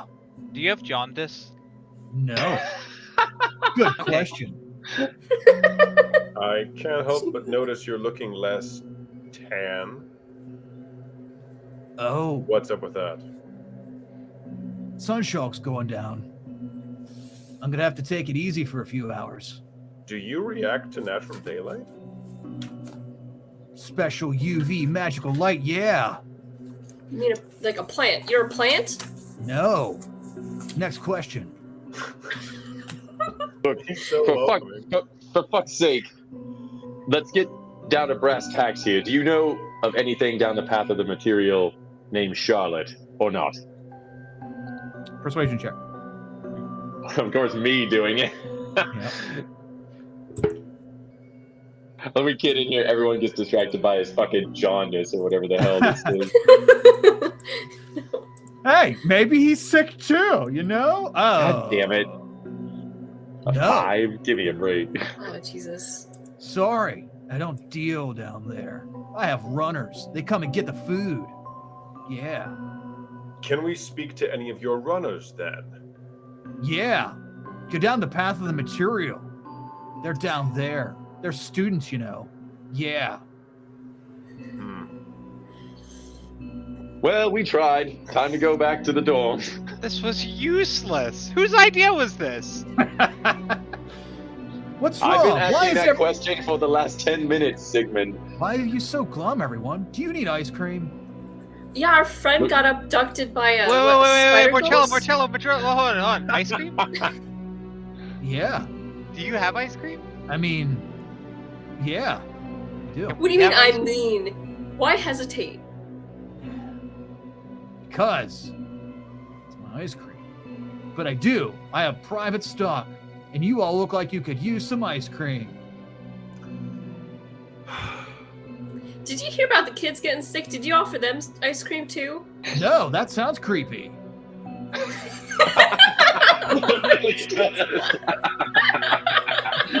It does. Does anyone else here feel as if we've had some magic mushrooms? I feel as if I'm in a delusional stupor from which I cannot awaken. I've said 800 times, no one's going to help you, Refrig. No one's going to help Nerif. Your Well, maybe we stupidity should. has caused an irreparable harm to our incoming class. They're not usually like this, Glyph. I don't know why they're fighting so much, but You're God, at when we were still Glyph. mushrooming around. I forgot okay. Glyph's been with us the whole time. observing. Should I call this gentleman stupid and useless? No, that's Calvin. I'm a baby. Yes. Okay. That's fair. And Glyph shuts up. Glyph, can you eat ice cream? I can. It won't do Is- anything. Yeah, that's what I was. Yeah. Okay. Sigmund, Refrig, I'm getting very angry right now. Very And well, trust me- Madros. How do you advise we proceed or remedy this situation? As I said before, stop asking the help what's going on. Talk to Venlith, and I'm sure we'll get our friend back. You might have some negative consequences, I don't but care about those.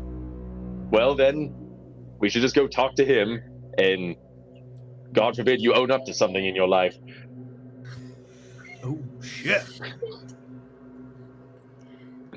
Even the devil didn't burn him that deep. God damn. I get a little quote above my head. Refrig will remember that. Yeah. I put a little quote above my head in Glyph's.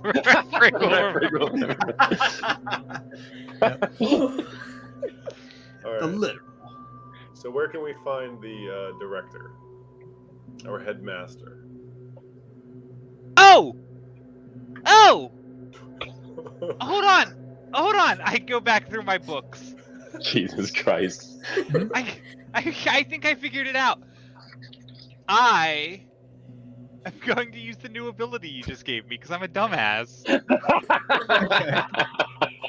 Kyle just gave me sending. Yeah, I've been thinking it the whole time, but I wasn't gonna say it. I seriously can't. I was so distracted. I got a new robot friend. You can't blame me. So here's something that I might be able to do for us. I can take these words above my head and I can send them out to possibly somebody else to receive, and form a connection, and then they can talk back to me. It's a sort of communication spell because I've been working on my communication skills. Good. Yeah, you need that. I'm So- thrilled that you've brought this to the table. I'm just a little perturbed that you've waited until this point in time to. There was ice cream. How could you expect me to think straight? That's a new development. You can't blame it on that. I'm blaming it on the ice cream and on the robot. Please send out your magic letters. For the love of. Okay. Should I be sending them? Should I be sending them to Nerif or sending them to Charlotte? Send it to Venlith. We need to talk to him. No, Nerif's send it not to going- Nerif. We could just walk up to Venlith, right? If- Like we don't need If magic. Nerif is okay, then we don't need to help him. Yeah, we just What- cast what ask did- if Nerif is safe. What did the big scary monster say to you, Refrig? I don't know that the monster was scary. I couldn't see it. You came It back said that screaming. Your friend is safe. I'm gonna roll an Arcana check to see how many words I have.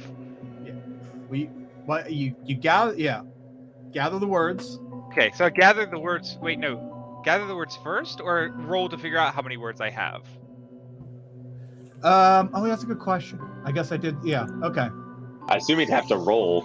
Yeah, Yeah. it's funnier if you gather the words first Yeah, and then yeah. roll, but it makes more sense if you roll and then gather the words. I like your idea where I get caught on my hind leg, on my back leg, where it's like I'm ready, but then I have to condense it. So I'm going to send the message I'm going to focus on Nerif because I know Nerif better, and it's going to say, "Hey, are you okay? This is Sigmund." This is gonna be great when he rolls like. I made a 10. robot friend. I was thinking it. I was thinking about mentioning Cliff, but I'm going to hold off. We are looking for you, and that's going to be 12. So I'm hoping I get a 12 or more. Otherwise, I got to cut part of that out. Here we go. Roll 1d20. I got a 5. Plus, it's an Arcana check. Plus Arcana Oh, okay. is 11 total. I have a plus 6 in Arcana. Okay. We are looking for like. We are looking for. So I'll do that exactly as written to Nerif. Or, hey, are you okay? This is Sigmund. We are looking for. Okay. And that's how many he gets back. Oh my god. So, But he wouldn't know that, would he? well, I mean, in sending spells, you always know the extent of, Hmm. or don't. Maybe they don't. So he doesn't know. He We'll just sees say, the character limit like right there beside the whatever he. Yeah. Yeah. Yep. It, Wait till flies we away from his add- head. Wait till we add like the gotcha puzzle. Before you can answer, you have to, which of these are a walkway. God, part of me wishes you were an Order of Scribes wizard, so that your like little spectral dude could just be a fucking Clippy from Clippy. Microsoft Office. Ah, yeah. Beautiful. Okay. I'm Swell. It was bad. We were dumb. Probably not as. And that's it. Did you guys hear that in Zach's voice too? Because I was picturing I Zach did, saying yeah. that. Yeah. Exactly. We were dumb. I was expecting something mentioning ghosts, and I'm thrilled that it didn't make the character limit. Yeah, I relay that directly, word for word. As the words get back to me, I'm saying it to you. Oh, well, Actually, there that's you true. I have can it. teleprompter it. There you have it. He's fine. So, no skin off our backs. All water under the bridge. Yeah, when you receive it, James, when you receive the message, you can either just internally like see it in your mind, or you can also, flip it and project it. Cast it. Sure. Cast it as words. Yep. Excellent. Great. He's a Well- goddamn telegraph machine. Now, good news. We know that Nerif is fine, and we have an offer on the table for ice cream. Let's have some ice cream, sure. All I'm also terrified of the ice cream. I'd love to do let's see, some kind of check to see how safe that is. 'Cause As would I. Insight. Okay. Yep. He brings out a tub. Chunky displacer beast. Yeah. Starts scooping it out, putting it in a bowl. It's purple, and it's purple ice cream, and it looks like it has like the equivalent of Oreo bits in it. And he brings out 4 bowls. I am 100% going to take 10 minutes to do detect poison disease as a ritual while we are getting this prepared. as the Oh, food's okay. getting prepared. Sure, absolutely. I mean, it Again, takes 1 might minute have been great to bring to my attention yesterday.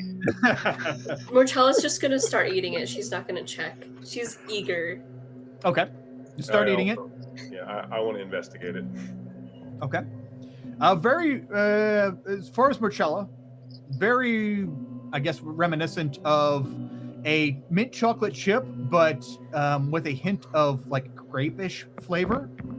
That is, it's kind of off-putting at first, but it blends. It's like, what is fruit secretly awesome with? Well, I mean pineapple on pizza, but a lot of people don't like that. Like strawberries and chocolate, right? Together they're very different flavors, but when you put them or apart, they're very different flavors. When you put them together, yeah, it's just a very nice little hint of a grapish-like flavor into a mint chocolate chip. A little bit weird, but all in all, pretty decent. You Nice. don't feel anything weird. Refrig, go ahead and make a Yes. make a medicine check. You want to check and see if it's like rotten or poisonous or whatever. You can't tell. It looks like ice cream. It doesn't smell weird. There's no weird chunks or smells or flavors. Tell you what, I'm going to pass this time. I don't have my lactate with me, so you know. That Yes, means and he would have gas. I'm on a bit of a diet myself. I've got to keep this light physique in check. Okay. Your ripped clothes. Yeah. So, Sigmund, you are trying this grape-tinted mint chocolate chip ice cream. What did I fucking call it? Displacer Chunky- beast. oh, Displacer beast? Yeah. Chunky Displacer Beast. Well, instead of chunky monkey, chunky displacer beast. I see. That's Nice. Yeah, wonderful. no. But I am casting detect poison disease. Yes. Okay. You take the Oh, time to... fuck me. Hold on. One step backwards. I'll cast Purify Food and Drink. Also a ritual. Okay. Would you... You're gonna do that while you're eating it? That's 10 minutes. Right? It takes... actually, Purify Food... Yeah, as a ritual, is 10 minutes to prepare. So, I mean, in theory, I would... If we want to get to the bottom of who's making everyone sick here, wouldn't you want to figure out if it's originating from him? Because Purify doesn't Yeah. actually tell me if it was poison in the first Yeah. place. Okay. So I... Deal. You're right. I am doing the detect. Okay, so it's detect. And I'll put this up in the chat so the viewers can see as well as I can take a look. Poison and disease.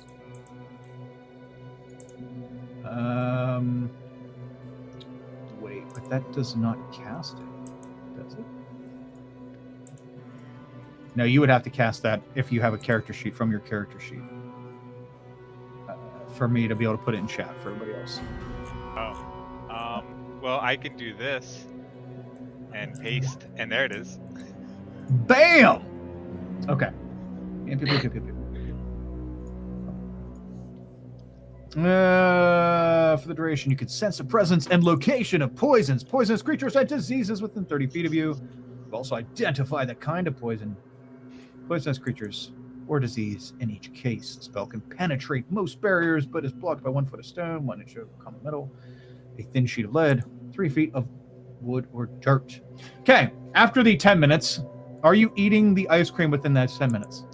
Yes. Okay. Good, because it would be such a shame if you waited for it to melt and then... That's exactly, Yeah. We get like 4 minutes in, and I can see it sitting on the table starting to melt, and I'm gonna be like, well, chances are this isn't poisonous, so I'm gonna keep casting and eating, and casting and eating. Nice. All right. As you do that, yeah, you down your ice cream. It tastes decent, and I mean, depending on your flavor choices, but it tastes like nice quality ice cream. As you eat it, and your spell finishes, you can definitely tell that there are no diseases or poison within 30 feet. A real Poindexter, this one. checks it for poison and then fucking eats it while he's trying to do it. It was gonna melt. True. Now, I feel like there's now the this. two of you who are reluctant, you do have a 3/4 melted bowl of chunky displacer beast in front of you. Are you gonna finish that? Have at it, friend.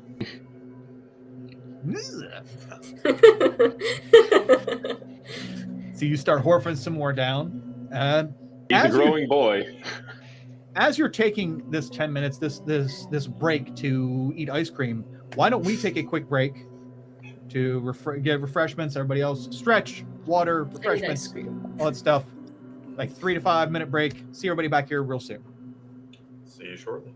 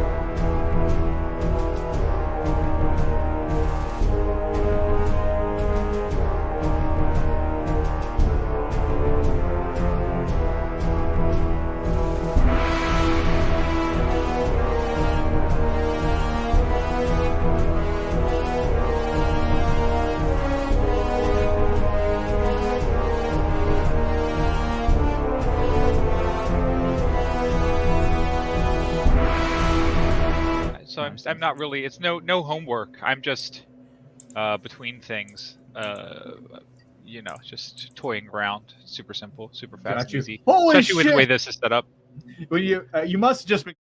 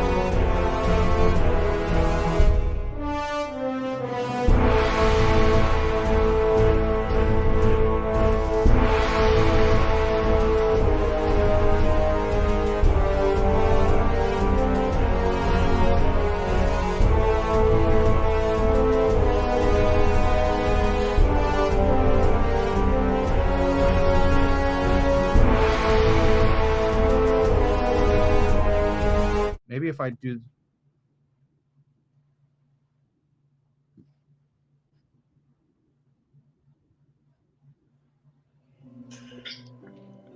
Hi everyone, we're back.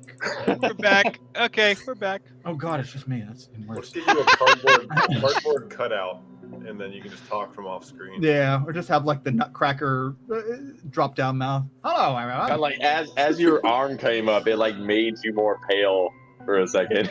So I prefer Canadians from South Park, where it's just their entire head. They go, hello, buddy. "Hey, friend." All right, pal, we're back. Come here, pal, buddy.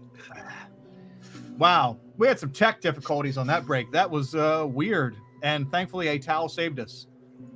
Don't ask or do. Okay, let's get back into it. We have detected the ice cream, the chunky displacer beast ice cream, and there's no poison in it. There's no poison within 30 feet of all of you sitting in the Cathartic Cafe. So it's like the whole cafe. Yeah.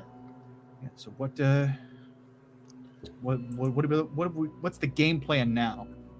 Well, now that we know the narrative is safe, he's responded to our SMS message. We can. What does SMS stand for? I don't know. I made it up. Sigmund's mind Semantic signal. material. Sigmund's mind signal. You did know. You did know. Of course I knew. Maybe we this ice cream that we did and did not eat can just mean we could fall asleep easier. I can't believe I'm saying it, but I'm giving in Madros. Let's follow your lead. About bloody time. So, right.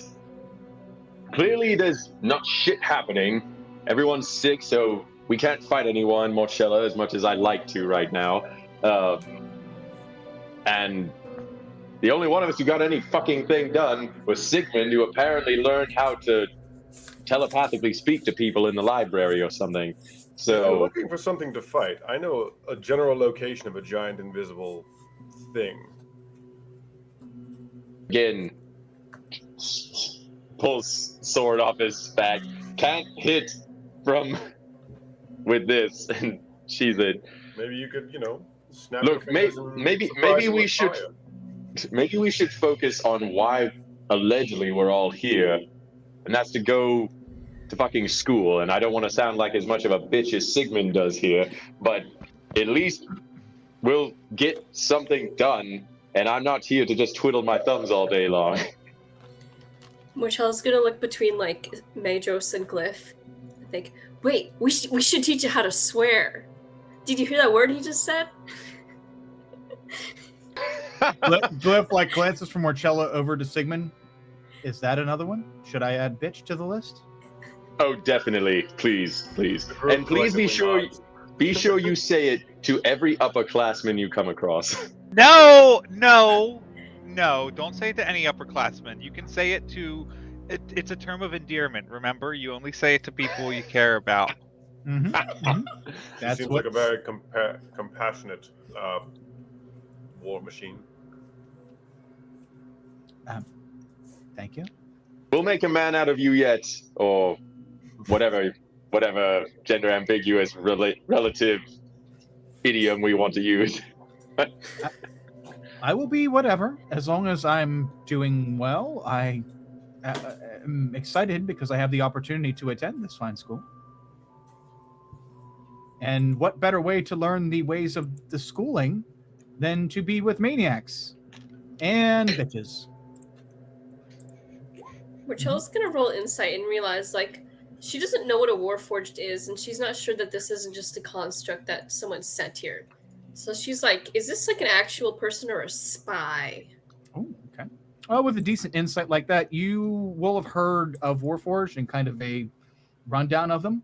Here in Quelmar, they're not common.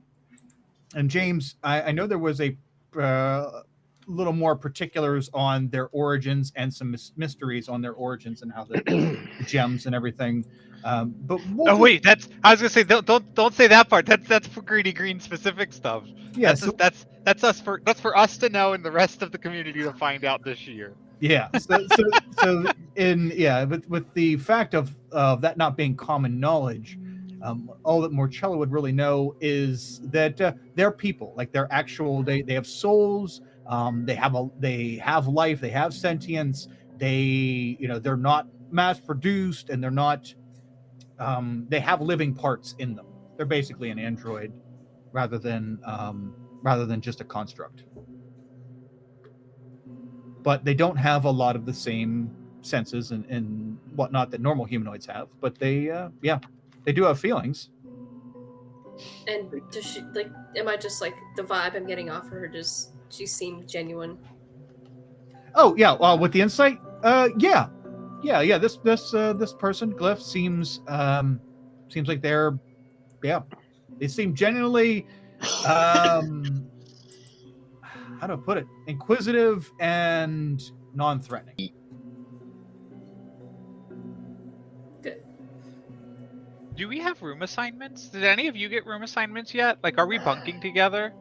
Oh God. I believe no. we were told what dorm to go to. I can't remember without the map in front of me, Kyle. Where is it? There's the general. Well, no, not the general studies dorm. The general housing. Yeah. The Right map next is to the Proving Grounds. The map is up. Maybe Oh, it is up. refresh. Sorry. I didn't refresh my screen and it froze. No problem. Yeah, I mean, I think we're supposed to go to general housing, right? We're not in a path house yet. Maybe we'll get our room assignments there, so we should head off and see if any of us are bunking together. I call dibs on me and Glyph. We could have a room together. That may be best for everyone involved. Yeah. I only agree. Okay.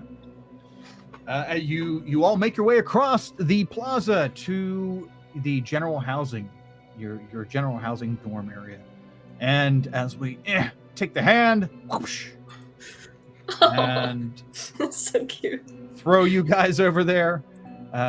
You walk up to the entrance, so you have to, I guess, you kind of circle around to the main entrance of the general housing, and as you walk in, there is a person of strictly construct variety, not like a warforged, but more along the lines of like an autognome, a small construct person sitting at the desk by the front door. And the person, very mechanical, says, "Hello. How can I help you?" Are you yes, from Tinker I'm sorry. Say again. Sigmund, don't lose sight of the mission here. We're just here to find our sleeping quarters, sir. We're new students just brought in by Director Venlith earlier today. Excellent. Name, please. Madros Aresius, for me. Without even leaving the seat, the construct pivots around and extends out a very long arm and grabs a key out of the bracketed area behind him. Pivots, spins around, and puts it on the table right in front of it, between you and it. Right, and do I have roommates or a roommate? At Cathara, we deal in single rooms. Wonderful. Oh, thank goodness.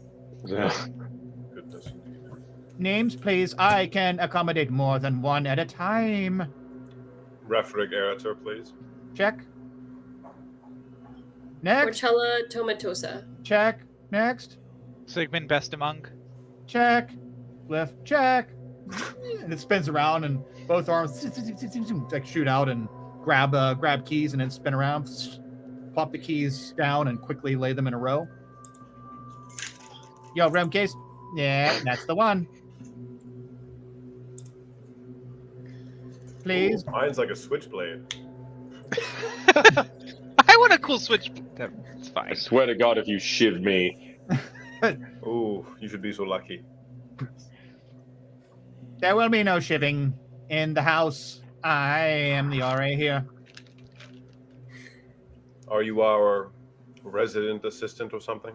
Indeed. I thought it stood for robotic autonome. It can stand for many things. What's your name? My name is. That's a great fucking question. Autonomes don't have names, Morcello. Don't you know that? Really wanted to just be raw. Damn. Raw. My name Admin. is. Swammy. And how many Swammy? is that spelled with? Swammy. I'm sorry, is it swimmy or swammy? Swimmy. Swimmy was an earlier model. Manos is just to himself. So fucking- Fuck is this school? I'm going to my room. Fuck all of you. Do not do that in your room, please. I love this school. Party in Refrig's room. Okay. You all are given keys. The little autonome tells you we're going to say that it's a single floor for this whole thing. There are 4 hallways when you branch off the middle section here. Actually, let me get back to the map. So it's like a There we- bungalow. Yeah, or more like a kind of like a villa. There is I'm going to say 4 hallways. I guess there's 2 hallways, but they're four sides. Hold on, let me. You know what? Y'all hopped off the hand. Now I'm all messed up. Just kidding. So there is. There we go. And the whole, with the exception of the center here where you guys are at right now, there are rooms just wall to wall. Rooms on both sides, either side of the wall, either side of the hallway, the whole way around. So this could probably accommodate well over 100 people, but as Director Venla said, there's approximately 40-ish people in each graduating class. Rough. So you all get different room keys, and let's say they're all in the same area. Why not? Boom. That was my question: was who gets stuck next to who? Yeah. Freshman dorms. God. Yeah. Well, you know what? Let's give a row of 6 rooms, right? Everybody roll a d6, and 6. anyone who rolls the same number as someone before them will roll again. Okay, 3, 4, 5. Okay. Dan, roll again. Yep, Dan, roll again. I roll again. Yep. How did you do that? Just keep Erica. rolling until you get something other than a 3, 4, or 5. Oh, Yep. Oh. Hey. There it is. Okay. So 1, 3, 4, 5, and who didn't roll yet? I guess Nerif. Oh yeah, Nerif and Glyph. Okay. I'll put Glyph at, since somebody rolled a 6, I'll put Glyph down at 6. So he's down at the end, and not yeah. Okay. Hey, I got a 5. Me and Glyph. oh my god. We be partying hard. Good job, friend. Oh wait, who's gonna call you such a baby? Can't do that. You're a bitch. Yeah. Yeah, we're just a couple of... No, we're the edgelord and edgelordess, remember. Oh. We got the edge on the others, because they don't read books. I don't think they know how to read. Oh, they don't? Oh, I will speak with them, and we will remedy this. No. It's important that they don't catch up, because we're going to have the best marks. Remember, it's like a sport. Oh. This way we can, since we're on this far end of the hall, we can have our study parties, and they won't overhear us. Okay, right here. This is, I'm going to put 1 to 6 right here. This is 1 to 6. We'll mark it out later on. Going down in that direction. All these dorms are preliminary builds. They're all pretty much uniform in design, but oh, never mind. I guess you wouldn't know. But you can tell that these are very basic buildings, that they will probably be constructing more permanent structures at a later date and time.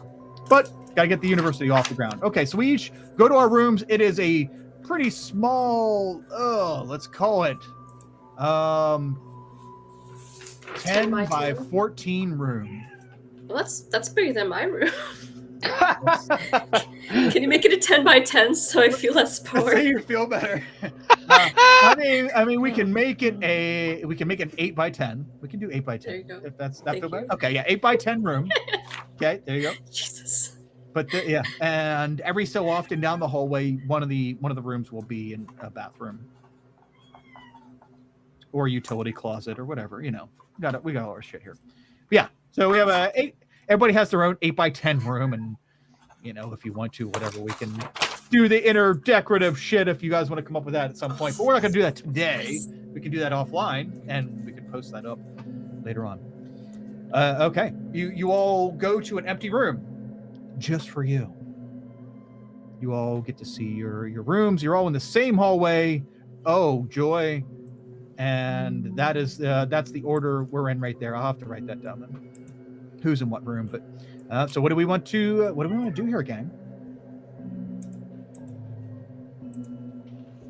We're in housing. Where you're putting your stuff down, your gear. What do you want to do?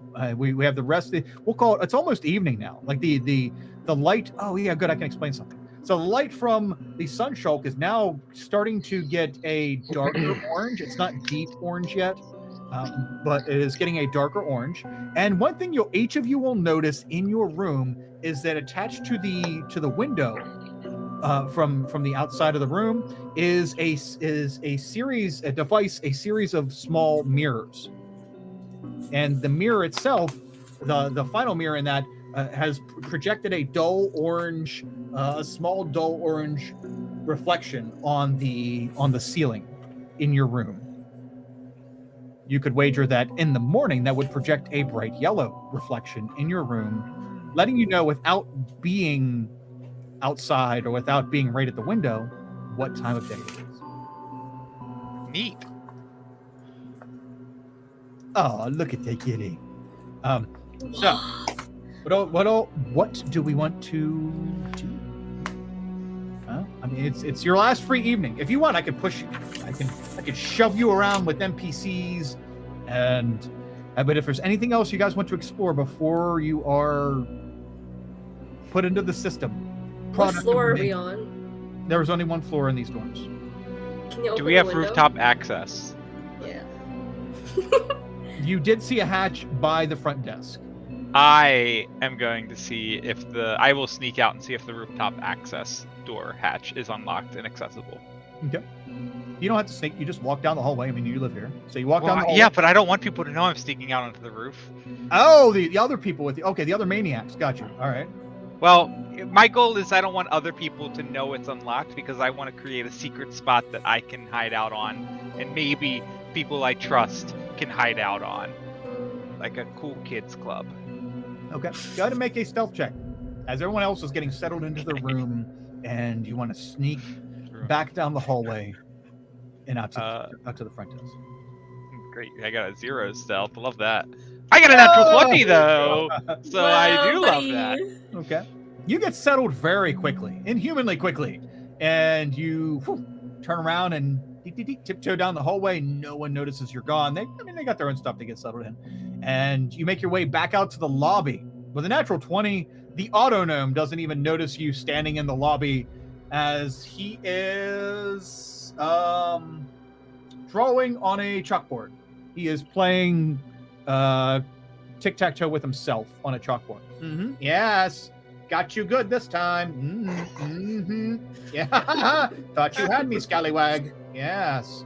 So he's playing tic-tac-toe with himself, and I will put the blanket from my adventures kit. I will put my blanket down, and I'll also take 4 of my candles and I'll set them out as well. I won't light them. So there'll be a little blanket and a couple of candles. I'll put a block of incense up there, and I am taking these things out of my inventory. So I am just basically creating a little spot on the roof, a little secret spot, and then I'll come back down, and I'll go tell Glyph, all right, I've got a secret spot for us all set up that we can study on the roof, and we can sneak away from the maniacs and from anybody else, so we can get the edge. Oh, you startled me. By the way, with the natural 20, yeah, sure, you got the hatch because it's a pull down hatch. You got the hatch. down super quietly, and the gnome is like 10 feet away from you. Super quietly, you climbed up, placed all these things, came back down, closed the hatch, all without being noticed, and then got your way back down to your rooms. Yeah, you go to Glyph and you say that. But I will say that I will be super sneaky to set it all up, but when I get back to our rooms, into the hallway, because these rooms are not very large, it's not like I can go into Glyph's room really. But in the hallways, I'm probably not being super stealthy about it. So anybody else who's nearby will likely overhear my master plan, quote unquote. Oh, okay.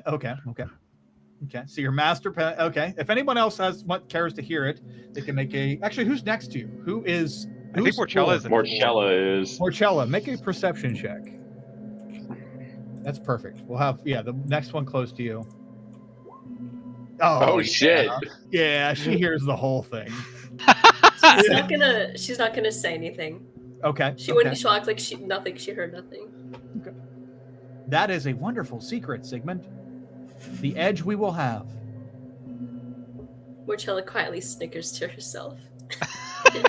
Yeah. Awesome.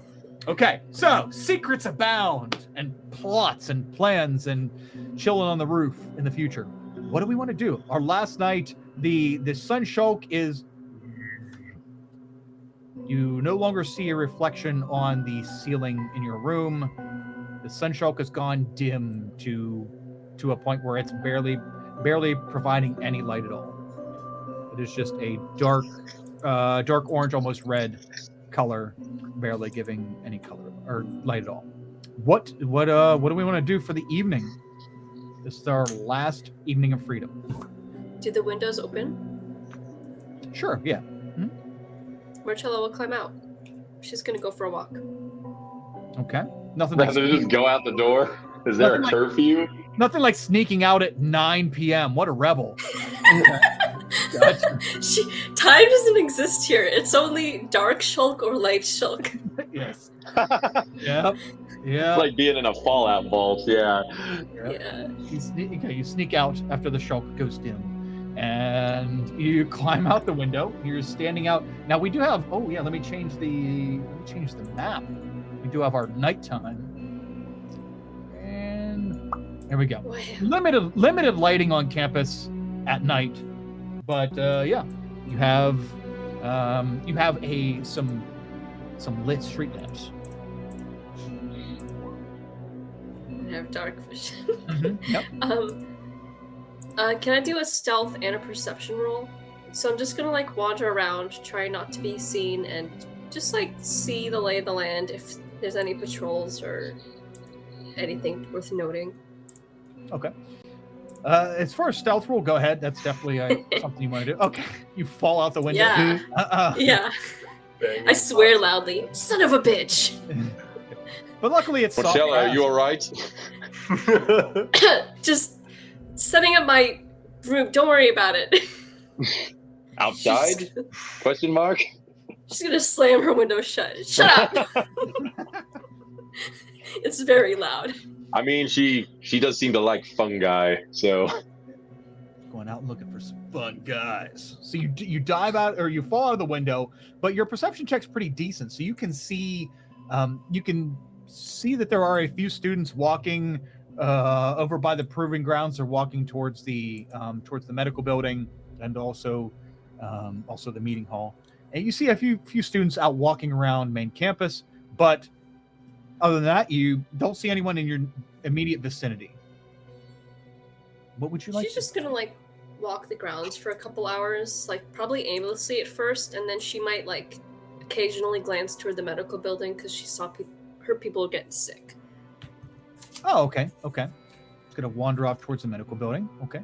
As the evening is setting in, what is everybody else doing? Let's go over to Dan. Dan, what is Refrig doing for the next few hours as evening sets in here at Catharta? Staring out the window in his room, he's just thinking, do I sneak out again?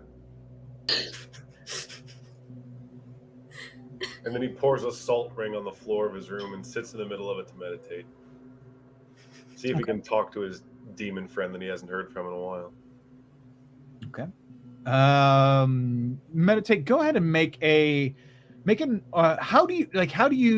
what is your relationship with your patron? Is it more of a religious thing or more of a magical thing just for pure? So this is, well, out of character, built around me being like an acolyte. So I think I personally treat it as a religion, like it's some kind of higher deity that in some way conveys with me.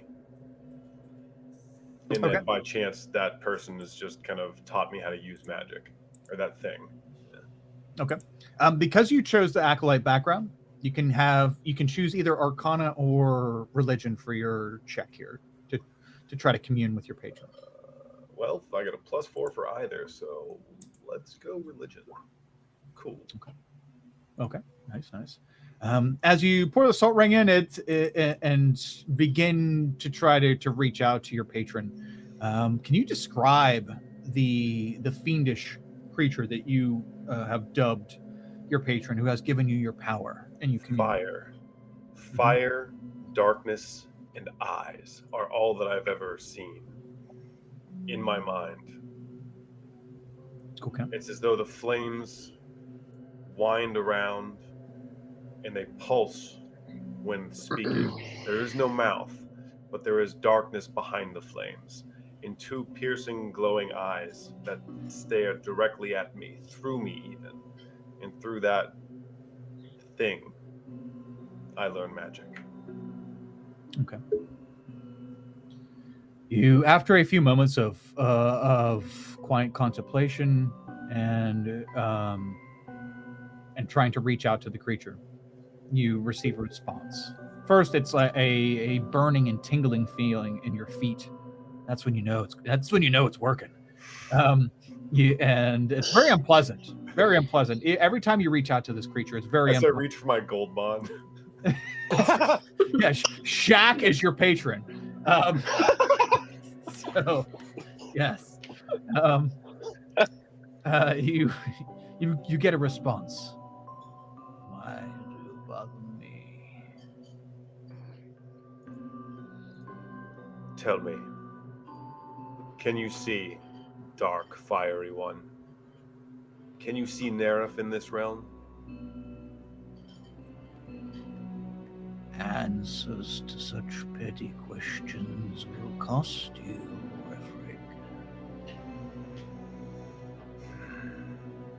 I will pay the cost. I will gladly collect. You feel the tingling in your feet begin to feel like your feet are on fire, though you see no flames. Make a Constitution saving throw, please. Oh, man. And the DC varies. If you pass well, of course you would pass well. Naturally. I don't know if this character knows how to fail yet. Okay, so your feet begin to burn, but you're able to bite your bottom lip and hold in the pain. And I don't know what Refric's past is with dealing with pain or what kind of experiences you've been through, but you're able to muscle through this in such a way as you don't get a look of in your mind, but you get a sensation of a little bit of, wow, okay, from this creature, not bad, okay. The burning subsides, though you can tell by the feeling in your feet that there is probably physical damages, but you have managed to stay inside yourself so well. Yeah, you blow some Tenactin in your shoe, so you're able to subside that well. Very well then. A moment of silence, and as you feel the presence of the fiend disappear. A moment later, it returns, and then you hear,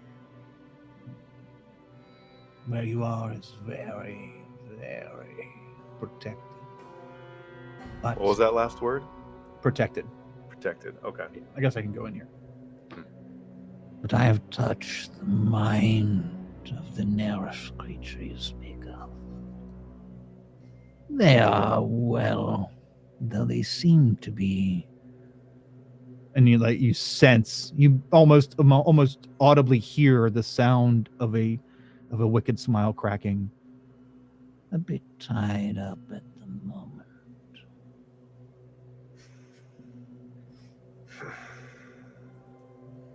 I'll have you know I was detected during my investigation. I didn't actually hear what you said. Oh, okay. He says he'll have you know that he was detected during his investigation. Very well. Thank you, Fiery One. Piss off. And he disappears from your mind. Is With your that- demon spirit just Gordon Ramsay? Now give Yep. this jacket back and fuck off. Yep. Refrig's whole character arc is to replace the ghost slave cafeteria worker, and that's where we're at. Now the name makes sense. Feeling relief. I just kind of lay down in bed to rest. That gives me enough peace of mind. Okay. For the time being, your feet are scorched, and your movement speed is reduced by 5 feet. Interesting. Your nerve endings have been burned, though no physical representation. There's no. You can look at your feet; they look fine, but you can barely feel your feet or wiggle your toes. Speed reduced to 25. For the time being. Done. Okay, so you're communing with awesome, nice people, and Morcella is sneaking out. He. So let's go with Madros. Madros, what are you doing on this? Yeah, evening? so the window has like blinds or shutters that can be closed, right? Yeah, sure. But Yeah. it wouldn't be shutters, but yeah, there would be a blind. Yeah, like I imagine it's just a little pull drape like you'd see in like a shitty apartment in New York or something, where it just is like a single roll sheet that just rolls down. Yeah.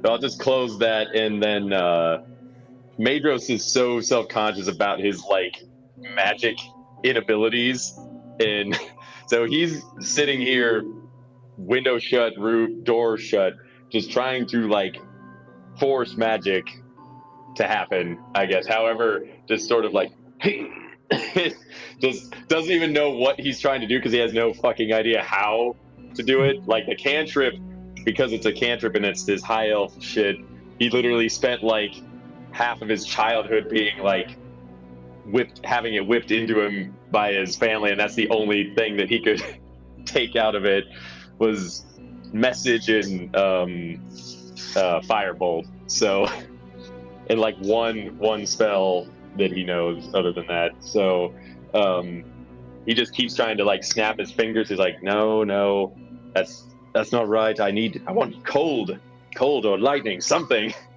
And he can't figure out how to do it. And he just pulls his sword out and just frustratingly just starts like posturing with it because the room's not big enough to like swing the thing around. Power word kill, I say. Damn it! Why won't Yeah. this work? Yeah, sure. Okay. Yeah, you practice the arcane arts in your last night of freedom. Go ahead and make an Arcana check. We'll see. Jesus. We'll see how much This ought to be good. how much progress you make in the evening. Okay. More than I expected. Yeah. So it's always been rough for you. You have this innate ability, but you don't really know how to make it better yet. But that's kind of why you're here, is to help foster that. By yourself, you're finding little gains, like as far as intensity of the fire you use, or the messaging, like the communication in your messaging becomes a little clearer, a little higher depth. But as far as you're not finding a whole lot of progress on your own. But yeah, you do keep at it over this evening. And Sigmund, what are you doing this evening? It's besides unmuting your mic. That would be probably the first thing you want to do. I couldn't take books from the Tomioplex the first time. but I didn't know, is that the rule? Like, we can't take books out of the Tomioplex, or could I grab books and come home? Actually, does the Tomioplex have hours? I imagine, being a university, it is probably open rather late. But yeah, if the Tomioplex is open after 9 o'clock or whatever we said it was, my goal is to grab the book that said "You Can Do It," your guide to navigating the Tomioplex, and to basically spend the entire -1 day of the semester memorizing the Tomioplex book to try to make sure that I can hit the ground running on day 1 and know exactly how things work. Okay. Yeah, that's my goal. But we'll say that you saw the signage the first time you were in the Tomioplex, saying that it is the Tomioplex is open for about an hour after Shulk down. Sure, we'll call it Shulk. So I gotta move fast. Yeah. So it would be like roughly an hour after the Shulk completely stops offering. I like Shulk down. That's my new favorite word of the year. Shulk down it is. Yeah. Also, catch She-Hulk on Disney Plus August 7th. That's going to be another sponsor coming up. You wait. Shulk Getting down. that Disney money. Yeah, that shit looks good. I'm looking forward to it. Yeah. So I will run and I will get my You Can Do It book. Okay. I have no idea if I'm there in time or not because there's no clocks. Yeah. But I can just hope. In fact, her stealth roll was so horrible is that you run across. You're starting to run across the fucking, and you see Morcello over there tiptoeing, and obviously in the light, tiptoeing over towards the, I guess, proving grounds / medical facility. And I won't say anything. I'll just snicker. I'll just give a little laugh. Sigmund, you make your way over to the Tomioplex. As you get there was a lot less people here than there was now. Or I'm sorry, here is was now. Blech. Yeah. Here than there was this afternoon. And you go in, you find that book easy enough. The book's still there. It's good. It's still there. I take it. I don't see any. Do I check out? How does this work? I don't know. That's why I have a book that says how the Tomioplex works. You look in the first pages. You must check this out. Perfect. I find the checkout. Okay. Yeah, and it has a guide on how to check out. There's an arrow from your position when you grab the book over to the checkout area. I love flowcharts. How did they know?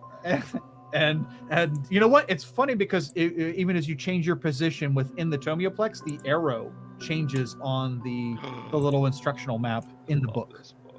This is my favorite book in the world. I'm going to say that for every book I pick and it's up. pop-up too. You know, all the bookshelves in the book. Actually, no, it's not, but that would be awesome. Sure. Yeah, I check out. I would like to spend the rest of my evening staying up into the wee hours of the night digesting this book. Ooh, nice. Okay. Are you gonna eat it? Ooh. In a way. In a way. I unhinge my jaw and my Illumian. That would be a sight. Oh. No, I just read. I'm normal and boring. I'm sorry. Okay. That's how he gets new words that he can pop out of his head. Yeah. Nice. So you go back and you study. Morcello, you make your way across the campus. You must be super sleek right now. You don't see anyone noticing you. And you walk by the proving grounds. It's all dark in there. All the lights are out. And it doesn't look like there's any action going on tonight. You make your way up and around the upper part of the main campus. And you said you wanted to walk by the medical facility? Yeah, just see if there's a lot of activity there. Okay. You do see the lights are on, and you hear voices coming from within, but it's like these are stone buildings. You're not hearing anything recognizable as words, just people talking. Okay. Yeah, she'll walk for about 2 hours. She just wants to know if there's anyone keeping an eye out at night, and then she's scoping out the territory before she goes out for delinquent activities another night. Okay. Make a perception check with advantage. Okay. Oh yeah. Oh wow, both good. Okay. With a 22, you don't see any guards. out walking around. But there are multiple times throughout your 2-hour walk that you see a blur in the distance. One of the street lamps starts to dim out, and then you see a blur by it, and then it lights back up. And at one point during your walk, you could have swore you felt a breeze against your ankles, and then you hear and as it just a quick rush of air blows against you. You can assume that those little fuckers are on, out doing their nightly duty. The little quicklings. The quicklings. Do they have names? Oh yeah, Limo and Twitch. Yep. I do not know how she remembered that. Oh, I looked it up. That's Sigma's not the only one who knows how to look at words. I can read. So, yeah, you know that they're out and about because that's their job, is to keep all these lights lit the entire night, and presumably they are out and walking the campus, and their walking speed is 120. So, they move pretty fucking fast around here. Okay, yeah, she's satisfied with that, and she'll climb back into her room, go to bed. Okay.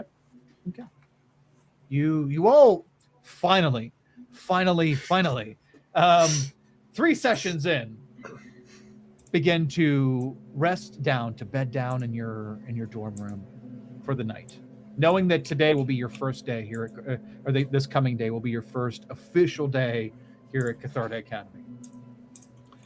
As you rest up in the morning, you can, those of you who sleep with your head actually being able to see the ceiling will be you notice a bright light kind of not reflecting off the ceiling, but it is reflecting onto the ceiling, which is kind of giving you the ambience in this room of bright light.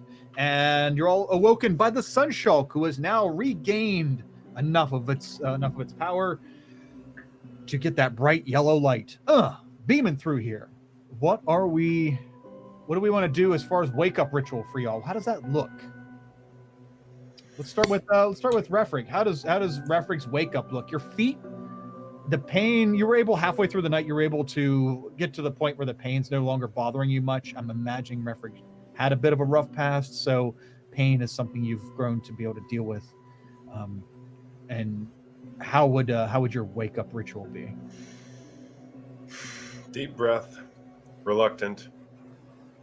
I look out the window and see that there's students beginning to kind of bustle around, and I assume, well, better learn as quickly as I can, I suppose. And I splash some water on my face, and I think I'm gonna go grab some breakfast since I missed out on the ice cream, so I'll head to the food hall. I'm not gonna wait around for the others. Kind of went to bed with a sour taste in my mouth about them, so. Okay. Refrig, you wake up and you walk out, and no one seems to be in the hallway to stop you. As you exit your dorm, you do see several other students out and also trying to get an early start on the day. Let's go over to Sigmund. Sigmund, what's your morning ritual look like? Well, my typical morning ritual is not feasible under these circumstances. Typically, it's a 5-step procedure. It begins, I wake up, I take in my surroundings, and I drink a cup of tea. And then I typically, and by typically I mean basically required, to spend an hour reading while the mind is ripe. Next up, there is an hour of journaling, reflecting on what I've been reading in combination with what I've been dreaming. Have there been visions? Has there been important information? If possible, if I'm in the house Gripple, or in another research institution, take the 3rd hour after wake to talk with a fellow research scholar or Illumian about both of our, basically we bounce our ideas off of each other. How did you dream? What did you read? I reflect on my own writings and readings and dreams. And then finally, for the 4th hour after waking up, I must spend 1 hour alone in thought contemplating my studies and research. However, I don't know when breakfast is served here, so I wake up and I scramble half-dressed into the hallway and I go, "Where's the tea?" Nice. Okay. So you panic, wake up. Okay. I never got information about it. Do they even have tea? Does the Cathartic Cafe have tea? I can't spend 4 hours in studying if I don't have the tea. Nice. Man, I should have put a Keurig in at the front desk for you, but didn't think of it. But you panic. Does. Okay, you panic and run out of your room and try to go investigate and see if there's tea. Awesome. Very nice. And more comes sprinting past me as I'm walking at a very leisurely pace. Yeah. Marcella wakes up early with this first sign of light, with 50 push-ups, 50 sit-ups, 5-minute plank. And then she gets outside via her window again. She doesn't like using the door. And with her bare feet in the dirt, has 5 to 10 minutes of silence to prepare her spells for the day. They're shortly interrupted, though, by Sigmund crying, screaming, and running through the halls. And she's just like standing there trying to meditate, like tree pose. Mm-hmm. And she's gonna like go out front to go find him. Okay. Yeah. Sigmund screaming and looking for the tea. Interrupts your zen. Okay, Madros, what does your morning ritual look like? Yeah, Madros has his sword just in its scabbard, just like up against the corner of the wall. And so when he wakes up, sleeps with it.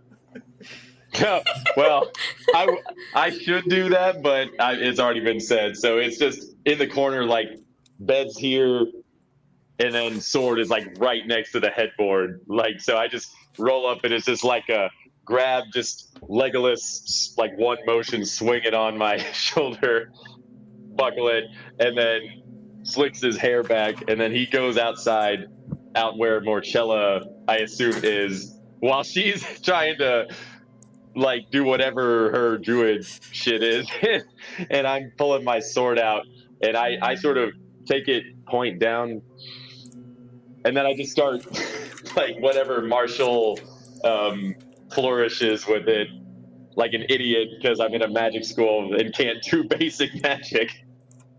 Okay. You're practicing your martial prowess out in the out on the lawn of the magic school. Yeah. Okay. No problem. Okay. Well, you two, meatheads, big thick meatheads out there, doing your exercises and your meditation. Very nice. Okay. Yeah, once that's done, then I'm gonna go eat like whatever the equivalent of like Michael Phelps's diet is in terms of like bacon and eggs and shit for my entire, like, just like egregious, offensive, large quantities of it for the entire day. Oh, okay. Nice. So, okay. You head over to. But that is the only meal that I eat during the day. Okay. You are all of you heading over to the cafe? I'm guessing Morchella, you'll head over there after you're done as well. Yeah, after I tell Sigmund to quiet down. Okay. All of you. Did you bring any tea, Morchella? No, we're going to the tea. Just be quiet. I haven't had my tea either. Okay. I hope they have tea. They will have tea. Okay. All of you head over to the cafe in hopes of tea and maybe other stuff as well.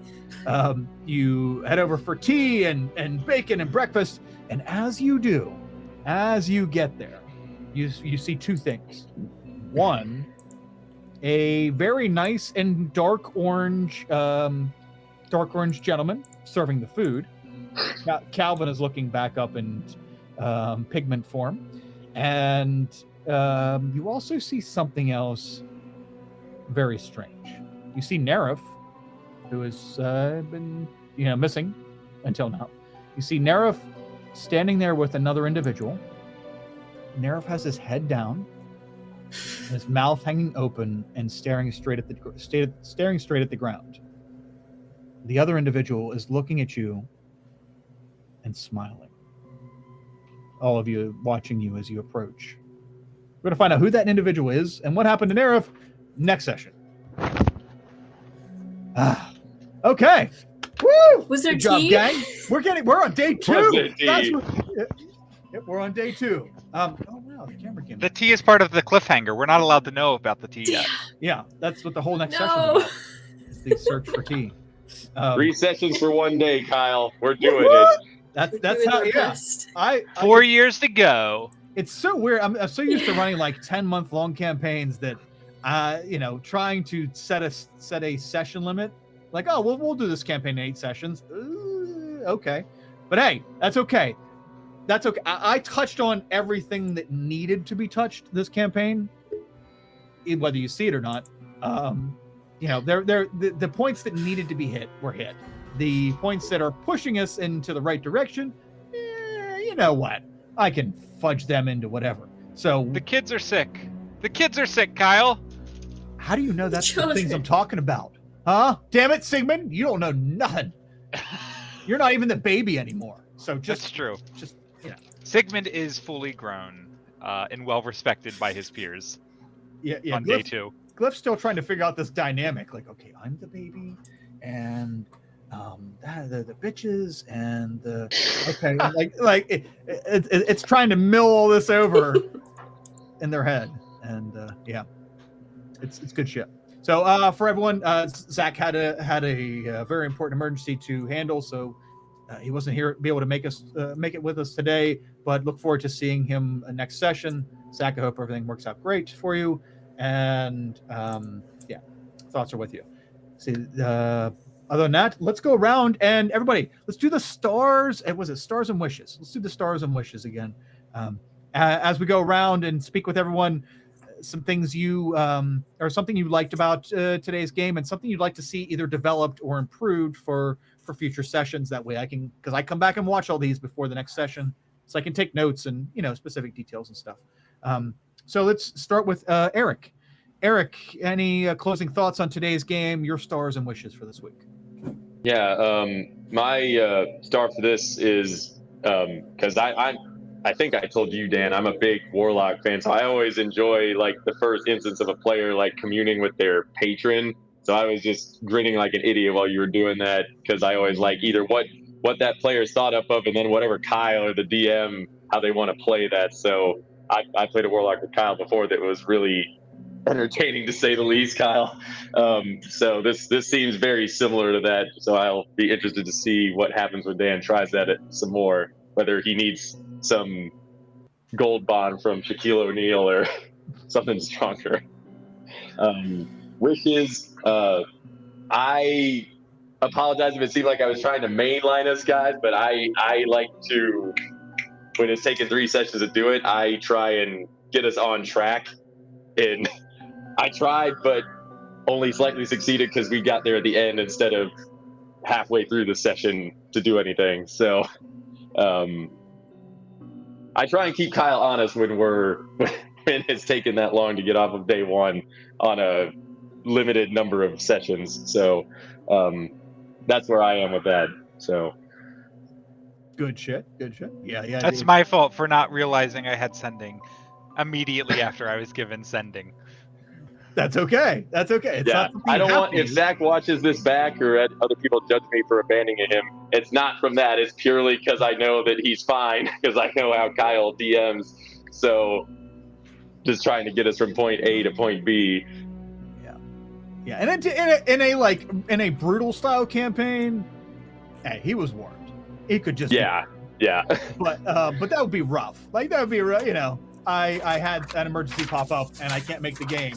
I hope that's okay. Oh yeah, no problem, dude. No problem. You're dead. No problem. Yeah, it's not a big deal. We're abducted. Yeah. So You couldn't defend yourself because you weren't here to make the rolls. Yeah. Sorry. It worked out. But yeah, no, that's good. Awesome. And as far as the patron thing, yes, I love patrons, except for, I'm gonna admit it, what the hell is the patron? The Hexblade patrons to me are usually boring. But other than that, like playing patrons is great. I don't even need to, you did a wonderful job, Dan. Like, I don't know very much of anything about your patron, but we're gonna figure it the fuck out. And yeah, it's wonderful. And don't worry, I got to mess with you, because I had Eric, like, he was getting buffs for digging digging in people's ears when they're dead with a like severed zombie finger. It was super weird. Yeah, I was harvesting brains for an elder brain, Dan. So that was fun. Okay. This is Yeah. basically like corpse raiding. Every time we killed somebody, I just take their brain and feed it to my patron. So, Understood. Yeah, it was super weird and totally not sure how it worked logistically. But and you know what? totally pays off in the end though if you commit to it. Yeah. Like they give you some awesome shit at the end. Like, So keep that in mind. Yeah, so it was it's fun. I like having fun with stuff like that, and and having fun in the past and having fun in the present is important. And I think we can have fun with the patrons with Refrig or without Refrig. But let's ask Dan. Dan, do you want to have fun with Refrig? And did you have fun? Your stars and wishes for today, please. Absolutely. Stars, I'm actually going to give to Glyph, because I absolutely love the introduction of that character to, like, not necessarily be a foil to Sigmund, but, like, I feel they are on a very similar vibe at very different levels. And I think that meshes quite well. So props to in the introduction of Glyph.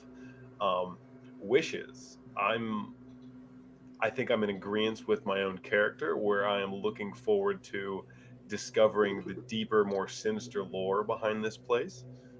You mentioned, or my patron mentioned, that they were detected. So it's like, oh, who is the one that detected an otherworldly demon? Who has that level of arcane knowledge? Obviously, it's maybe any of the school facility, but looking to figure out who's kind of moving behind the scenes. Yeah, that was a nice earned information, because that's something you would have just gotten randomly. But yeah. What detects a demon of that level, of that caliber, and what happens because of that? So, very, very cool things, and I'm glad to see Refrig down that road, because I think it will be fruitful for all of us, and at the very least entertaining. And speaking of fruitful and entertaining, Erica Morcella is always a blast to have around to play, and I'm just waiting for her to break somebody's fucking face. Eventually, whenever that tension, which is like, okay, she wants to hurt someone, when she gets that opportunity, we'll see how that pans out. Can you give us your stars or your star and wish for this week, please? Yeah, well, I'm gonna lead. I'm like, there's a lot of options for stars, so I'm gonna lead with a wish. I hope that we can finish more than one day. Next session, we'll see. But also, like, your storytelling's really rich, so I feel like it's easy to be pulled in a lot of directions. Not blaming you, I'm just saying. It's all enticing. I want to explore all of it. Wish stars. I think, all of the new NPCs we met today were, incredibly entertaining. Yeah, Glyph. Glyph is a new favorite of mine, for sure. I don't know why the cafe man gave us ice cream. He's probably, lonely because he just has his dead friends with him. But I'm kind of interested to learn more about Calvin. What's his deal? Beyond, dead friends. Sure.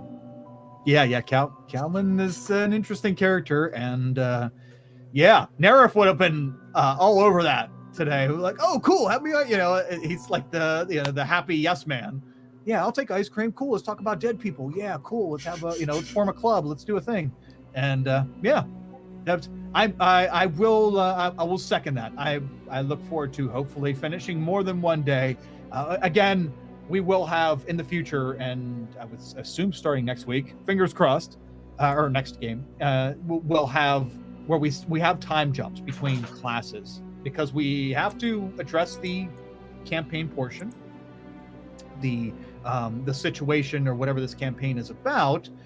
We have to address that, as well as have RP moments. And I thank you for the rich lore comment. Unfortunately for me, it's hard to wrangle that into a time period, because I have all these ideas in my head and trying to get them down to having you all experience them, but at the same time not slowing down the campaign too much.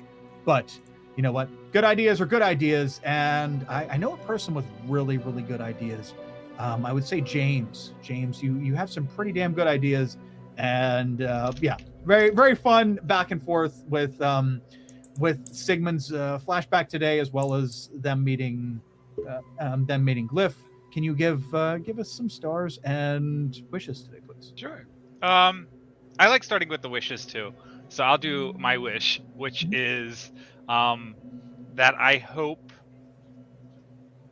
my wish for the next however many games, 5 or 6 games we have Sigmund here for in this first year, is to have a respectable, if not overwhelming, amount of nuance about the academy and the library to play off of, to reflect Sigmund's incessant attention to detail, which can be homework for you and can be homework for me. It can be homework for anyone, but I'm hoping that I am able to pull out the Book of Laws and just note all of the tiny. My hope is that Sigmund is a know-it-all in the worst possible way, but the best possible way, right? Like the Devil's Snare. You know, it's about like I will know too much, and it will probably be, you know, in the way, but also helpful when it truly needs to come up and be super helpful. So my wish is to see Sigmund grow, and learn too much in a good way. But then stars, well, I was gonna say Glyph was gonna be my star as well, because I love Glyph. I think he did fantastic with that, Kyle. But since Glyph was taken from me, bad. I think I'd like to shout out Morcella as well, for just building such a consistently and easily defined character that doesn't come off as a stereotype.